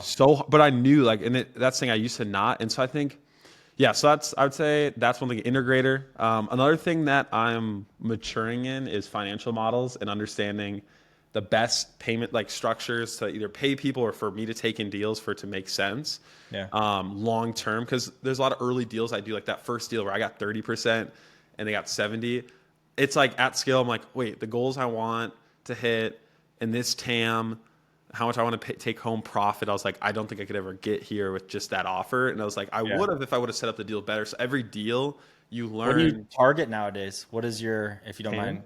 No, what do you target like for you? Because I mean, if you really think at scale, it's going to be you and it's going to be your lean team, right? So it's like, what is right now? It's just you. So what is the number that like TAM backed out plus this and your margin you want to make? What I take home percentage? Yeah, like you're not going to take something on. You can't make more than or less than 20 grand a month or what's your number? Oh, like take home from it? Yeah, like if you're doing this model, you're doing it backward. You're doing it in reverse, right? You're like, I won't do it unless I can take home. Like, what's your number right now? I mean 30. If it's not like if I can't 30ish, okay, it's like. Because in my mind, I'm like, I could do one funnel build for 30. I know. Somebody. So I'm like, and especially if you're doing that. But here's the thing: what's tricky is some of these offers, like the legacy, what I'm scaling, we're starting with cold. We have some organic we can start with, but I understand that there's gonna be a ramp up to that 30, and I'm gonna have to be okay, like in the trenches till we get there. And so that's why. What's nice having these other offers that fund it, because it's not as much like, oh, we're losing. It's like, So that's why I have these other offers funding this legacy offer. And what do you need funding for? No, it's just capital, like cash flow for ads. I understand, but like, what do you For what? So you can pay software and ad bills? Yeah, just so we can dump in ads and not be like, oh, we're losing. Like, just put it in, boom, boom, and I'm You can have bankrolling testing it. budgets and stuff of 10 or 20 G's that you just allocate to the front end of it so you can like test Yeah, because you they do. don't cash flow off it yet. Yeah, usually go in a month. I'm like, hey, we're testing it. Like, we're willing to lose this much. Gambling. Hey, this is our budget. We're spending all of it. Yeah. So every day it's like we set Okay. out. Like, what are we willing to?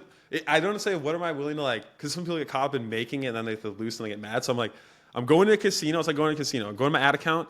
Here's our budget. We have to. This is P&L. It's like having an accountant on retainer. We have to spend this much. We're going to spend this much. Yeah. And spend it as fast as possible. Like some people are What like, do I spend? How much do I start with a day, Josh? Should I do $50 a day, 100? I'm like, okay, here, like, okay, Lifetime budget, $5,000, go. Because think, okay, $100 a day, 30 days in a month, $3,000, right? I'm like, okay, instead be like, I'm gonna spend $3,000 on ads this month, and I'm gonna do as fast as possible, get data as fast as possible, and I'm gonna be okay losing that because you already are okay with it. You're just trying to make yourself feel safer, being like, this much a day, and then you never get true data, and then you're like, it didn't work. You didn't have.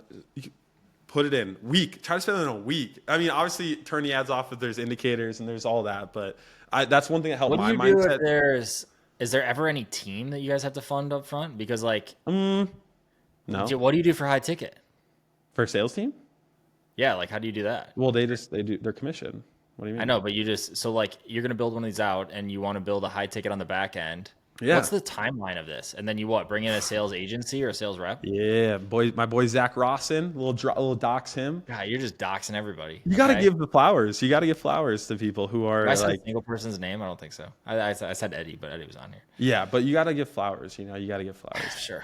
Like to people who are, actually good people. Zach Rawson, he's got his sales teams on. So you get to a point where you're like, oh, this offer either off the get or at some point is going to need high ticket. Yeah, it depends on the financial model. So the legacy one does not have high ticket involved. We're not going to have high ticket in that for the foreseeable future. That's part. What? It's data. You're monetizing through volume and through like data. Yeah, TAM, right? So subscription, recurring. So we don't need a sales team. Buzzword 2, buzzword 4. Now, if I was going to do a high ticket, then I wouldn't have just taken 45% because then I got to give 20% of the high ticket to the, and it's like, it doesn't make sense. Give the numbers. What do you pay sales out? You 20%. Yeah. See, they place setters. They place closers. They place. I don't review a single sales call. I do nothing. Dude, I just send them leads. I build up the funnel. This either did not exist or I don't know why someone. They're really quiet. It's all the freaking dudes who sold. Now it's everywhere. Now it is everybody and there, or I guess maybe we're just because every closer saw the model and they're like, oh wait, yeah, like that works, and they I can make 20 people. Do you hear their economics? Do you know theirs? Who's the guy who makes 20 and how it breaks out for how they make money? No, oh, that guy you talked to at the event? He's a badass, but like he gave a rough model and like we kind of talked about it. But that's an interesting business model. Because they'll make 20 points, and it's like I look at our P&L, and it's like what is our percentage of net new revenue that gets paid to a sales team, and then also to setters, and then also to a setter manager and a closer manager or a CSR, like the entire sales department. What is the percentage?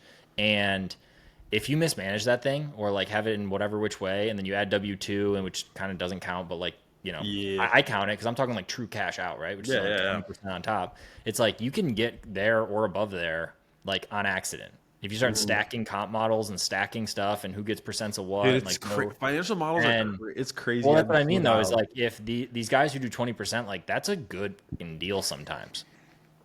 That's a good deal sometimes. If you don't want to focus on it and like you just want to worry about marketing and you want to worry about fulfillment for X amount of time. For publishers, you likely cannot sell with that, but no one's going to sell their business. So, dude, I mean, like this new offer, that domain I bought, and that dude, we're going right to high ticket.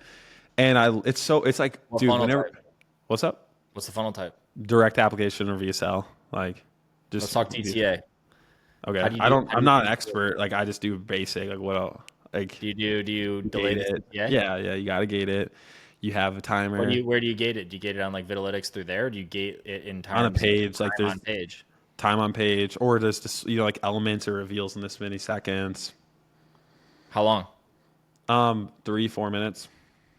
3-4 minutes. Yeah, we just tested ours. I launched. 8's really good on upsell too, but what is 8 minutes? If I'm doing an upsell on a low ticket funnel, then it's anywhere from 5 to 8 minutes.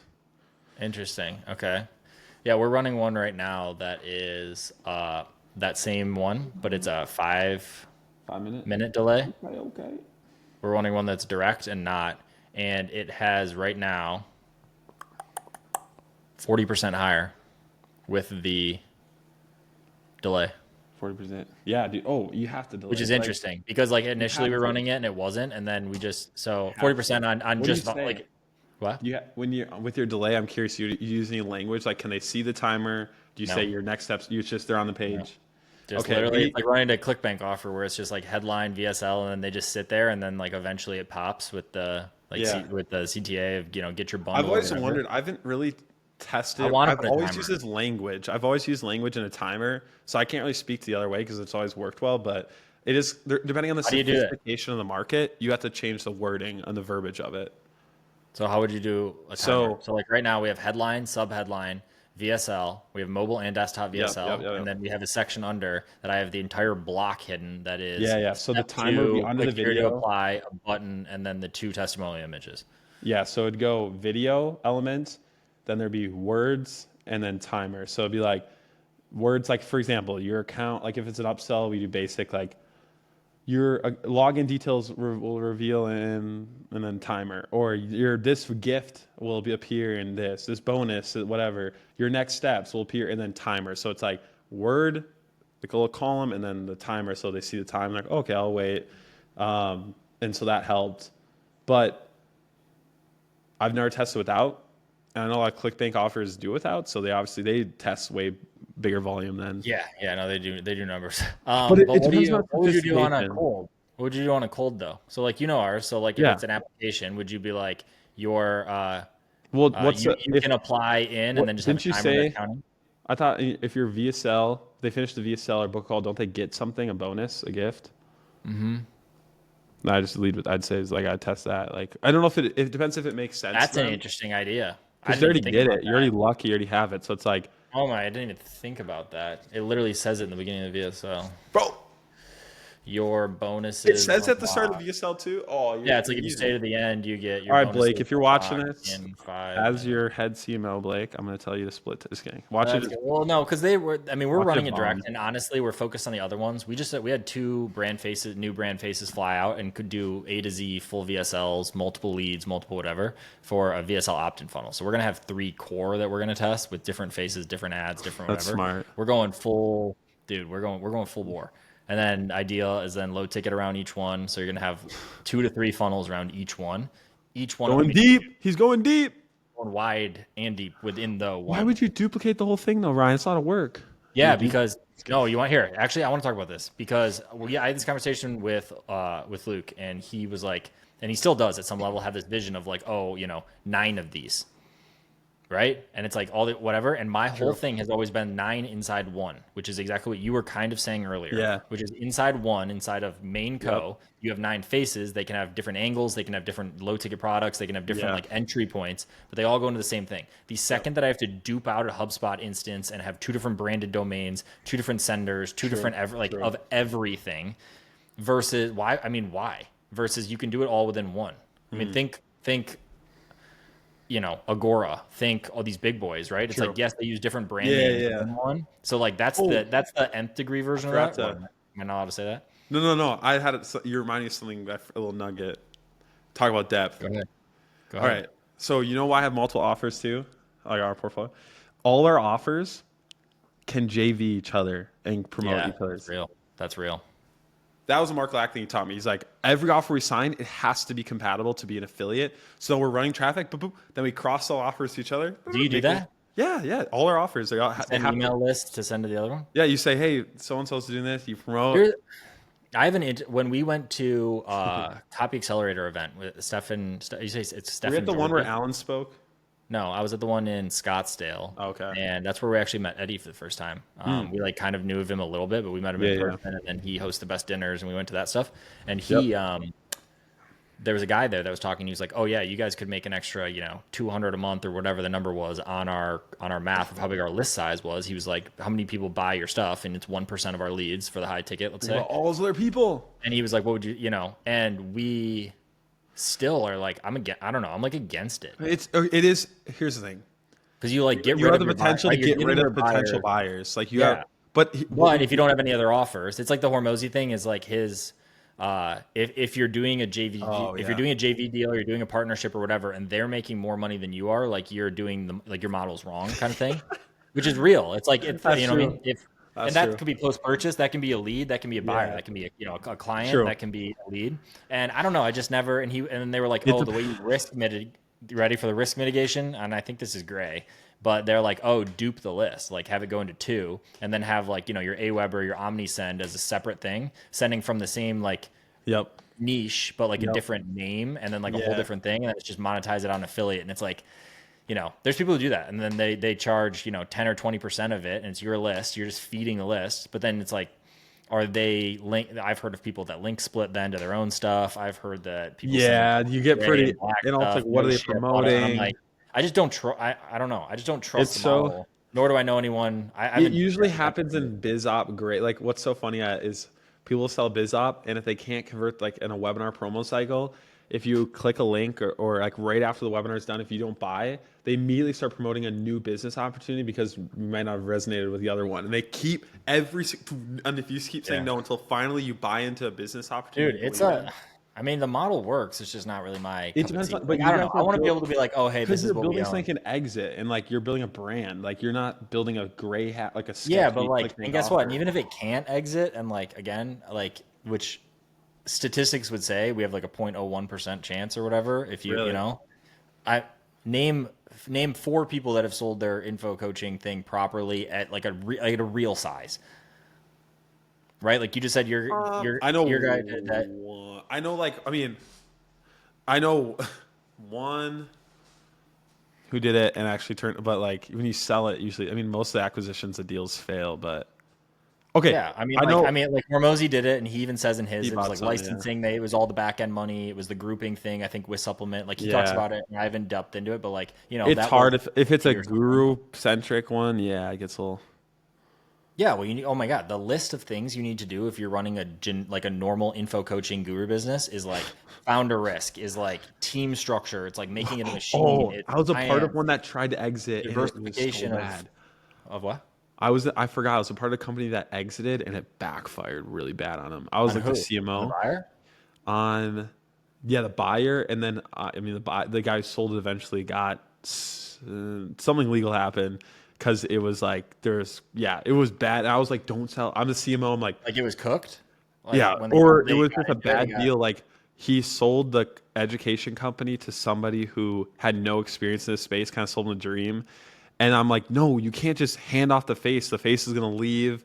I was like, don't do it. And he sold yeah, it, and then it backfired because this guy left, and the customers got mad. They all started yeah, refunding, disputing, and then this. Oh, it was so bad. So yeah, I've seen it go really bad. yeah. I mean, But I've seen it go good too. yeah, well, there's a lot of buy sell biz stuff around this that's like what are the core pillars of what you need in order to actually be able to sell like something in general, let alone an info coaching. Is And it it's like like it just recurring, needs it needs to get to the level of exactly consistent future, that what is the recurring, likelihood, yeah, it's no the one likelihood of phase. future cash. It's like how much of a machine is it, what are the risk pieces of it, and how do you mitigate those. Like that's everything from a traffic source to a funnel type to a face to whatever. And then on the back it's the same thing. It's like what are they buying, is the fulfillment commoditized, is it recurring, and or what is the recurring that is going to happen into the future, every number to a T, financials booked, and then the whole company running without the people that are going to leave Yep. when they sell it, right? It's like Yep. that's the generic version, and there's 19 other things I don't know or that aren't on that list. Yep. And Tam. yeah, and then to get to size too, like that. There's a couple guys. One guy just sold one for I think 5, and another guy for like 2, and like that's cool. But like if you get this thing up to scale, like you can do 2 to 5 to Yeah. 10 Some or people are whatever in okay with profit. That's like like, that's 1 year. yeah. That's less than. I mean, like depending on your size, that's. Some people But just if like, you're just pumping an offer, like it is. So yeah, you pump yeah, it, which I feel like that's where I fall into. Like if I think about my thing, dude, if you're playing a cash flow game, I mean that's what a lot of these guys do, and why just pump not? I mean, it. if you But have the like this skill next set one I'm and building, I'm like, nah, like I feel like this has to be with where it's going. I mean, yeah, well, like knowing the TAM, the problem it solves, it'll always yeah, be here. Like I'm Yeah. like, you don't. It's not going to be exit at a, you do $1 million profit EBITDA for 3 years, you exit at 3x multiple, only 3 million. It's like no, I feel like it's got to be more. Like the one dude that I was telling you about who does only low ticket, like he was talking about their valuation for their company and like what they're going to exit. It's crazy. Like he opened my eyes, like what's possible, and they're like looking for, yeah, I won't say numbers, but it's like multiple. It's not just a $3 million exit, And so Yeah. I was like, wait, really? You could do that? Like, yeah, you Yeah. do. What do you think of info plus physical? I have a guy that I It's talk to great. that does a It's great. bunch. I mean, Like, what's an example? Which health, again, you don't have to health, say like the name of the company health, or the whatever. health Health. offers. So That's the like biggest. what? Like info coaching and then Model, supplements. yeah, protocols, lifestyle stuff on the front end, and then supplements.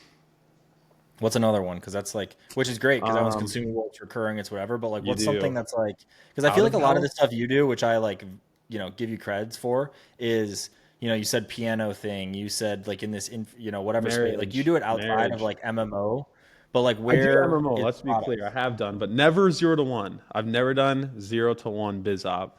But yeah, a lot of it, like it's so funny because the biggest offers that I've done are not like they're because they have bigger TAM outside of biz op. Like the piano That one, was I'm what like, our what that is what our marriage?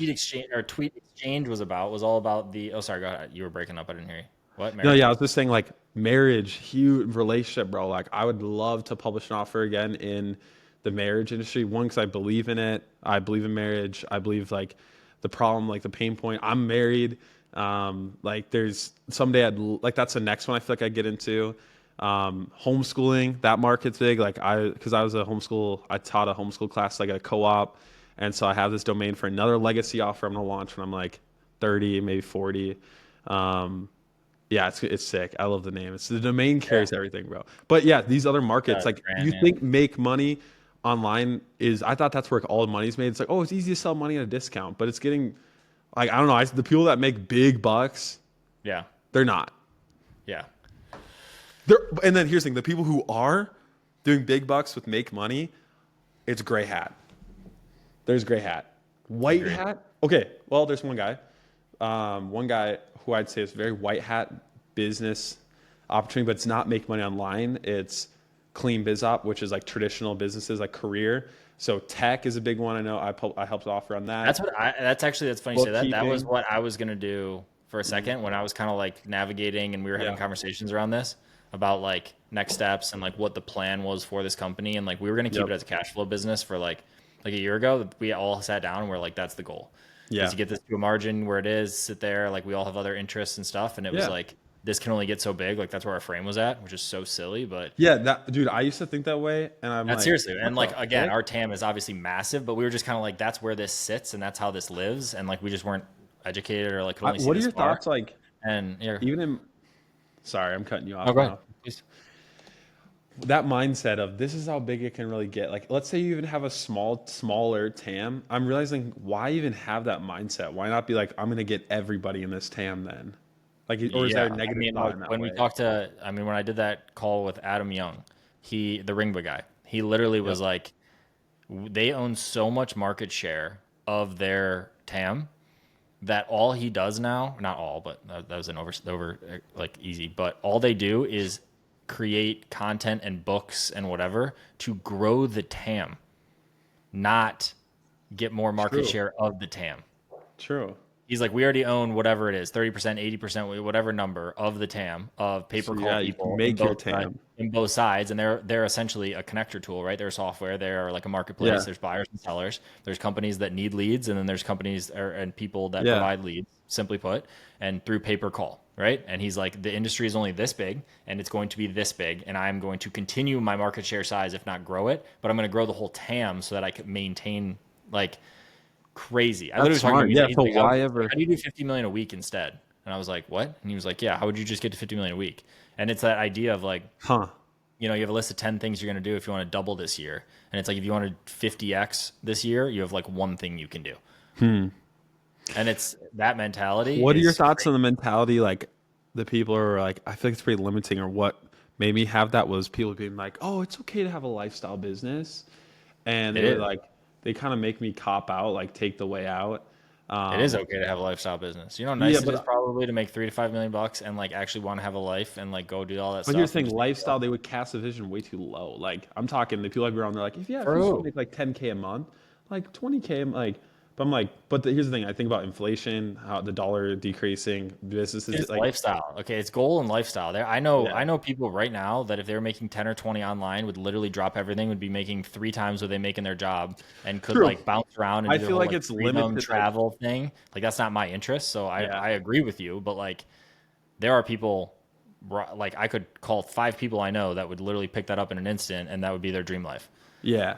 I feel like the issue is like for people watching this or even, I don't think anyone's still watching this. We're at an hour and 15. no, they're definitely are, bro. The consumption on like it'll be crazy. They're Should I do mid-roll watching on ads like, every minute and a half? no, they're gonna transcribe it and put it into ChatGPT. And what are the takeaways? So, Yeah, and AI, they're if gonna be you're like listening to nothing. this, this is the takeaway. Nothing. Well, I'd say if someone's ever hit you with a lifestyle, like you can have a smaller like. I would say just challenge that thought for a second because you may be built for more and you maybe could do more. Maybe you want that. And I realized for me, I bought into the idea of like, oh, lifestyle, keep it small. And then there was always something in me where it's like, no, more. You can do more. You can. And then I Yeah. was like, I had to accept that new identity because I put this one on that just didn't fit. So all I'm saying is like, I Yeah. think you should challenge it, just like challenging going deeper, like how you challenge that thought in me. And I'm like, yeah, 100%. I'm like, dang, you can go deeper. Yeah, I think I do actually I still do want to go back to the depth thing and do like a thought exercise, but Yeah, let's do it. the my thought around that or like my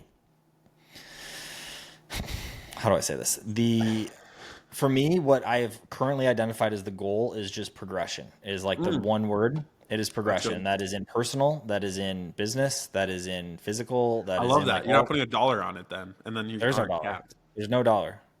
It's a scoreboard, I yeah, and like it's like that. fun and like stack it and do this, but like my how I feel, so which is also a progression, right? Huh? Is like my level of peace or whatever. It's like if you put, you know, there's a game to be played where it's the next thing and the next thing and there's trophies and whatever, and like I love it. Like I still do it at some level or like set them, but I set them for the thing. It's like I could have gotten this laptop as the simplest example, you know, a very long time ago. And instead, I literally set I it don't at know, like man. 25.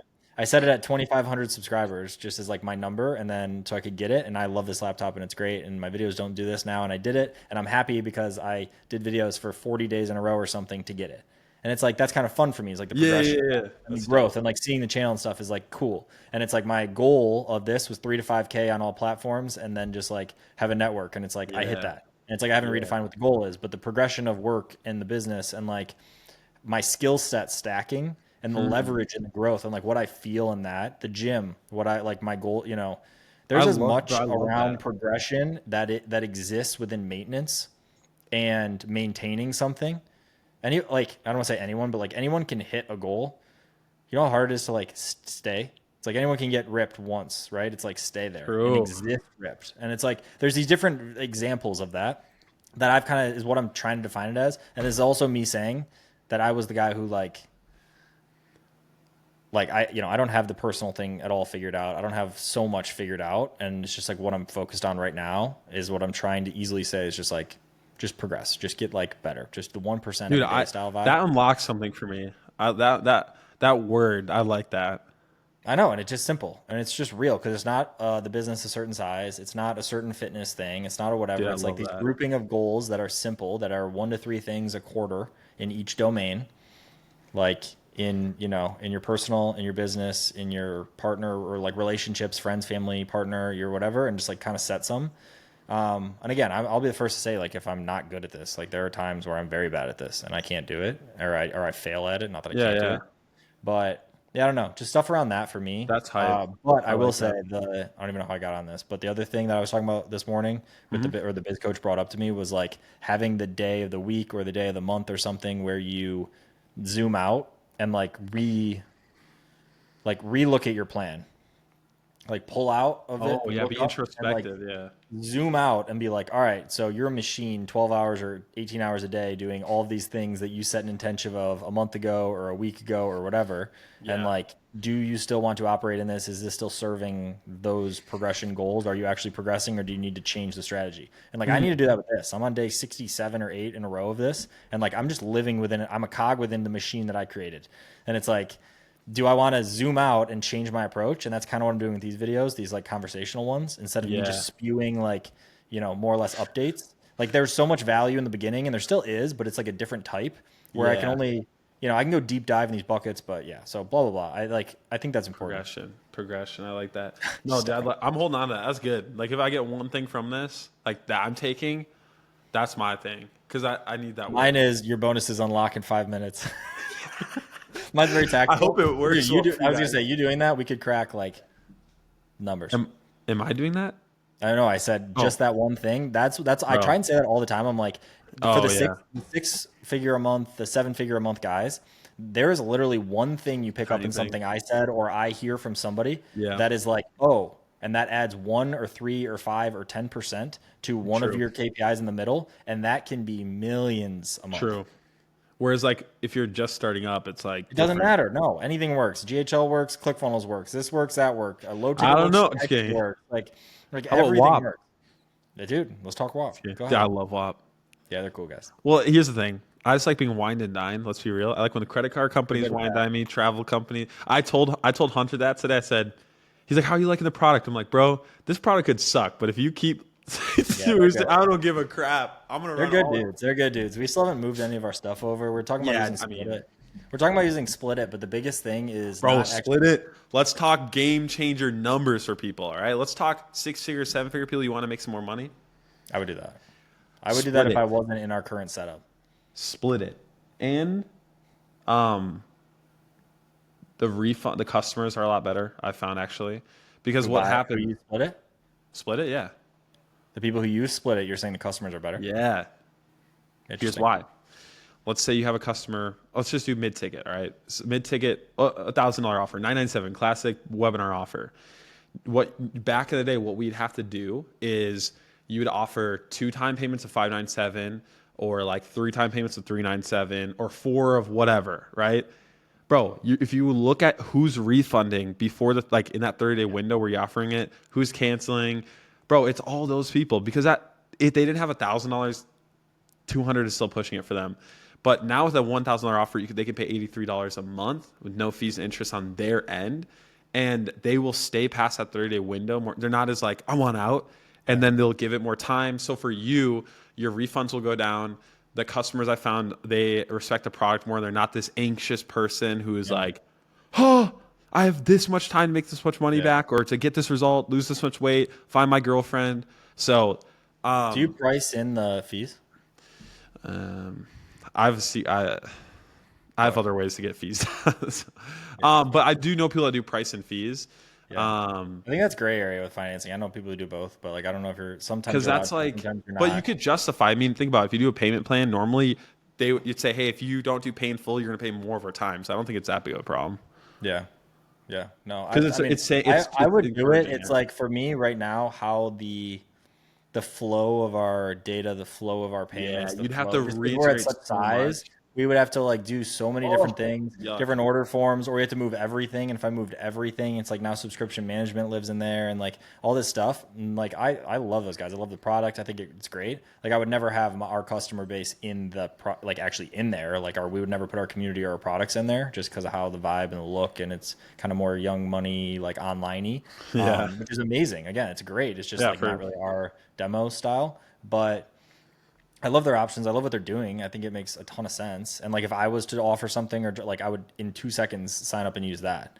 yeah, for I sure. almost bought something the other day. I think we're looking at something right now that's like, 30 grand and they have a split it option on there. And I'm like, okay, cool. Like why wouldn't we for a Dude, 6K? agencies now, I was telling my agency friends. It's only one time pay, obviously though. What do you mean? They're one time payments that you can split it. They're not, you can't Yeah. okay. Yeah, where are you going with this?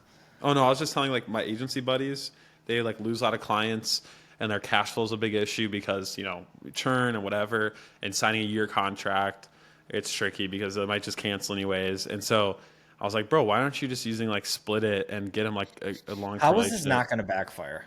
It's gonna be well, How is their this not going to product. backfire? It's like churn does not exist because of the payment method they use. churn does not exist because of the payment. What do you mean? If those people were going to churn on you, they're going to churn on like there's still a X yeah. amount of percentage that is going to churn, and there is going to be default risk on the other end of that. That is like not your problem. I understand, but like, But it's somebody. That's why I'm saying you somebody's have to. problem. That's where the offer owners, people watching this, you have to, just like you use Klarna, like you have to be okay with offering someone Klarna or Afterpay, knowing that they're gonna maybe miss their payment or credit card fees. Like, what's the responsibility you're willing to take and Well, make there's up for? twofold. One is if you're going to get kicked off platform because you have too high of one, which is Yep. real. And Yep. that's with you have a direct relationship with any of them. And I don't Yeah. know how the risk mitigation occurs across the entire, It's WAP gonna base get. and I all mean, at that. some point, I feel like it No, gets. those guys crush, and like clearly they have done it, and they've done it with high risk stuff across, white label on multiple things, and like they have done their job with it. So I'm not saying them specifically, but you look at some of these other finance partners, and like I had one that a lot of coaching companies use, and I have done many a demo and vendor research on this and had math models broken out, and they will go, okay, cool, your customer is going to pay, 18% basically, but it's baked in, it's this flat number, everyone gets it. You're going to pay X percent or what hits your bank account. And then we also have on the back end, a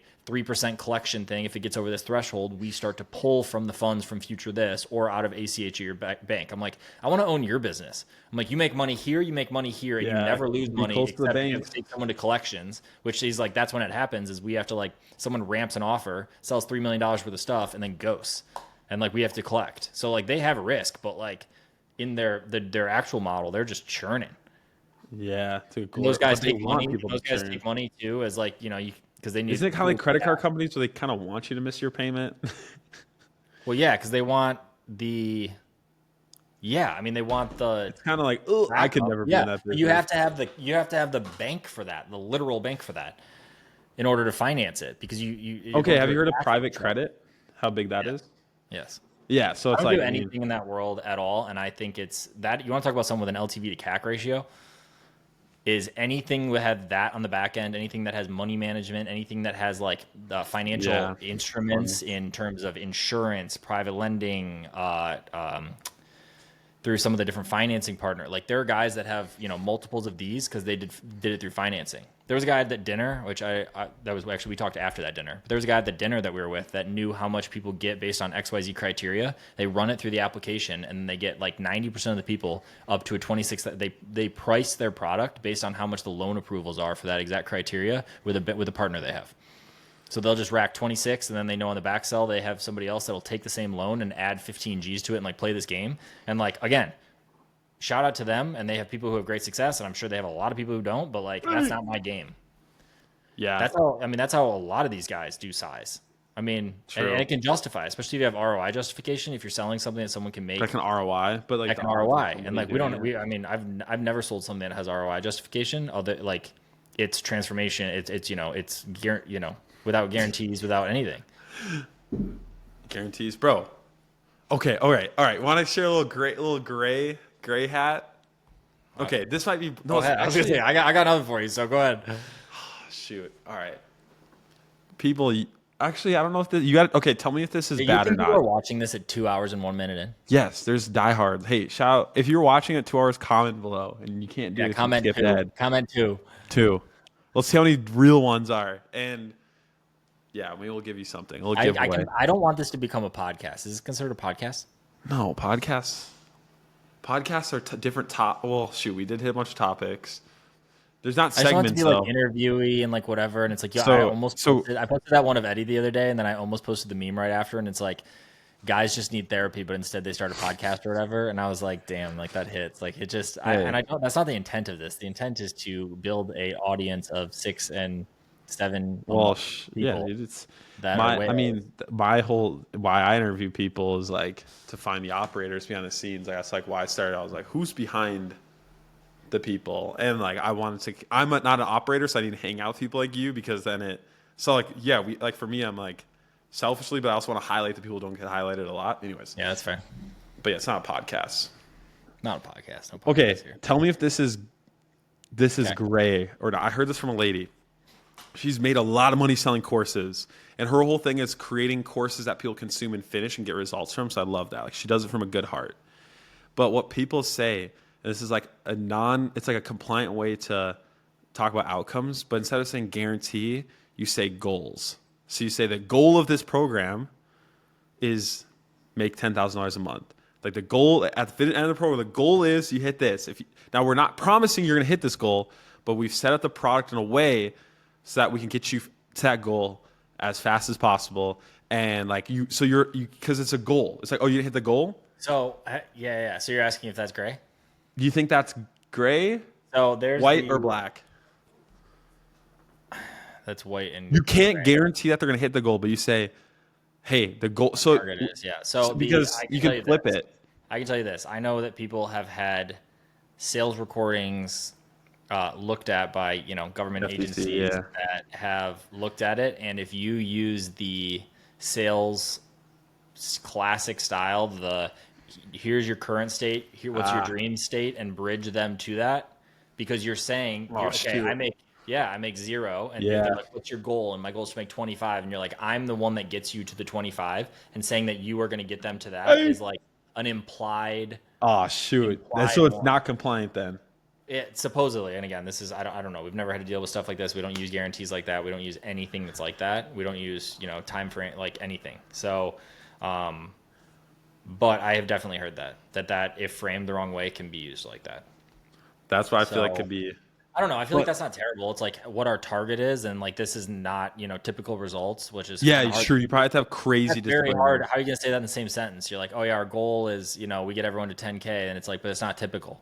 Like, how are you gonna say that? Well, no, you don't say the goal. Like, I feel like the pitch would be like, so you'd reframe it. So people like, is there a guarantee? Like, if you're in a webinar, for example, I'd be like, now I see a lot of questions. People ask me, is there a guarantee? How much can I make from it? It's like, well, legally I cannot, or what you could say is this, like, I have specific numbers in my head that I know are realistically possible for people to hit, that I've seen people hit. I have in my head, I can see those numbers, but legally I cannot say that because it'd be misleading. And you guys all know the people who are scammy, who have told you stuff before. And so I'm not going to tell you that. But what I can say is we have a goal. We set goals, just like how, you're trying to lose weight. You set a goal for how much you're trying to lose, blah, blah, blah. Like there's a goal to win the game. You want to score a touchdown. Like these are the touchdowns in our program. Number 1, it's to get you first 1K a month. The second goal is that, And so you'd reframe it that way, maybe. I don't know. And then you say, now these results are not typical. I don't know enough about this because I know that when you do results, a lot of times. I'm just saying you personally, your personal morals, gray, white, or black. That's pretty white. Okay. I don't think that's that bad. I mean, again, it really comes down to the language. So I don't know. I mean, that's. Yeah. I mean. And the lady made her justification. You're good. She said that her consumption went up so high in her courses because throughout the whole program, man, it's like, here's the goal, like hey guys, it's like great. So I think it's good for the customer. And then people actually got the goal, because whereas most people now, they don't actually engineer their courses to get results. So that's honestly more great. Exactly. And that's a huge thing. You want to talk about, dude, we had a whole conversation about that today around because we just launched that retention program today. That back-end program. You did it? And but then the idea being, everything's a funnel. The framing of how they're getting on the call to renew is not ideal because of how the fulfillment is of the initial year. Because we've basically been servicing a contract, not framing it for 2 years, 5 years, 10 years, continued access, all that stuff. Like that hasn't existed. So because of that, yes, we get the result. Yes, we fulfill on the contract. Yes, it's amazing, and we have all that stuff happen. But they're not in an activation way built that year 1 is your this. Year 2 is where you what's a good one? Year 1 is where you build. Year 2 is when you multiply. Year 3 is when you exponential. But only talking about year 1 and servicing on year 1 makes it so your year 2 is like not good. Like people don't know what's coming next. They don't have something out there. They don't have a roadmap. They don't complete the first year and get a medal shipped to them in the mail that's like you completed this and now you're in your multiply phase. Yeah. And like that stuff is real. Yeah. When it comes to LTV and it comes to that kind of stuff. True. So if you can do both, if you can make the model so that your back end has higher margin, which it already out of the gate will. Yeah. You won't have acquisition and sales. You might have retention. But if you can make it so the fulfillment is also low because it's like a one-to-many, it's your software, it's your whatever, and it is truly like sticky in a good way, as in like people get pissed because their subscription cancels, like their payment fails, they get pissed, or because whatever, like that is what I am starting to lean towards over the last 30, 60 days of understanding. That is something that we've never focused on. It's total leaky bucket, right? It's like we're making money more or less on the front end, not as much on the back end, like at all. And we flip that on its Yeah. head, and like your entire economics 2, 3, 10x. Yeah. Yeah, like hard. And that's what's exitable, or True. it builds the enterprise, like all of that. Not Yeah. just one part of it, but the whole machine. So That's fire. what else you got? Or should we wrap? I've always got stuff, bro. I'm sure you do. You I'm Jay always got. chilling. I mean, All I know is it's 9:22 p.m. here, and I are have to you be an able to hour? record Where do this. you live? Don't worry about it. What does your daily routine look like? Ryan Clogg, day in the life, Ryan Clogg. Would you ever do a vlog? Dude, you got to do vlogs next. That would go viral, bro. Because you're so mystical. Like, I literally think, like, what does he do during the day? Like, does he just take Zins get and up at- nicotine and work? Like, why is he he's No, like, I just had a cup of coffee. what's your daily routine? Right now in this mode, when I was How much do you cranking, make? when I was doing these initially, it was up at 5, and then if I wake up before that, I have to stay up because if not, I fall asleep and it's like 7 or 8, and then I hate my Yeah. life for the entire day, and I think I ruined it. So it's like just get up when you get up and stay up, and then I just hit the desk, and then in the morning it's like that's the only time that people aren't on Slack and like messaging. So it's like my deep work zone is then. So it's Heck like yeah. deeper work early in the morning. If I want to build something, project, tech, like all that, I do in the morning. I build management lists, ops stuff. I go through chat, like all that stuff. Then I used to then also do my video right off the rip. That was the best because I could build the technical stuff. And when I was doing all like the funnel maps and the percents and all that, I would do it then. And then I would either film it then or then it runs into time when people start like waking up and being in communication channels. So then I talk on that. And now it's like, it's a mix. I do like stuff like this. And then I also do stuff that's in the main co and do that. Middle of the day, go to the gym, come back to this, do more of this. And then this is a lot of time when I have like meetings or conversations or stuff is after that. And then I eat somewhere in between there, and then I'm done at 9 or 10, and then I do it again. 6, Sick. 7 days a week. Crazy. People have got some questions on Twitter. Let me pull them up here. What? Someone asked some questions under your post. Would love more specifics about one, the exact tool stack behind using those live pre-recorded Zoom webinars. A-event. Shoot. I have a call with him tomorrow. Good dude. I had a call him and on two, last Thursday after you recommended him. He was did you get I need to tell him, hey, give me an affiliate. Okay. I think I did. Number two, how to specifically segment leads based on financial qualification to send them to Lead different webinars. Hero Pixel. Yeah, he uses the Hero Pixel. I don't actually use anything, but I know Douglas at LeadFi, and it's pretty good. I know a lot of guys who use it actually. Like the other guy that I know that does 30-something million uses them. One of the guys who does 2 million a month uses them. Dang. I know Fanbase uses Hero Pixel. Yeah, good. They're all the same. Data enrichment, but that's my home team. I want to test one webinar for people who have spent less than $1,000 econ. Okay, whatever. That was not a question. There's your answer. A-event, LeadFi, Hero Pixel, enrich those data. And that's all she wrote. That's all she wrote. All right, how do you want to wrap? What's the next goal? Laptop. You got the laptop. What's the next goal for the social? For me, I don't know. I wrote 10 Progression. on this. I wrote 10 on this. 10 something. 10,000 subs. Easy. Let's get him just 10K. 10K subs. I'm just chilling. So, yeah, I just want to have really cool people on here. I need to do a better job. I think I'm going to hire an assistant. I've never had an assistant. I think I'm going to have one that's like a VA style, not like full blown. Yeah, just that can help me like schedule these and structure this stuff out because I have a lot of really good people and I want to make sure that I have information prior to them. Just so I have like enough context because I kind of know who a lot of them are, but like I don't have enough. Like obviously know you. I know Eddie. I didn't really know Adam actually, but I don't know. It's just like I want these to flow and be like fun and cool and not be like interviews or like the every other one. And I just want to like catch up with cool people, and then I want to get like more referrals to other cool people and just like catch a vibe.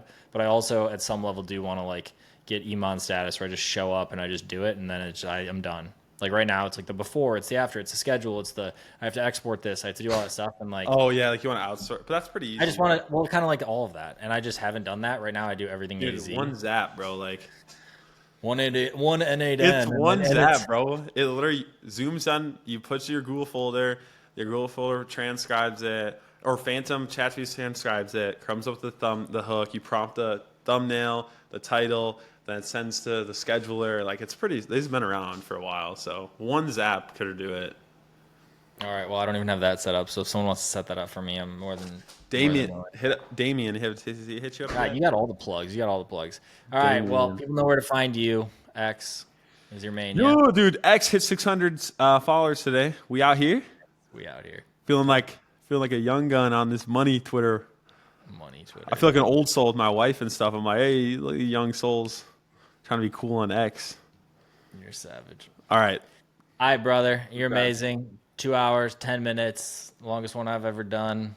I think we covered a lot of goodies in there. I will drop this tonight because I have to get this out. So People are ready. People are ready. They're texting. All right. Is it done yet? Appreciate you. Talk soon.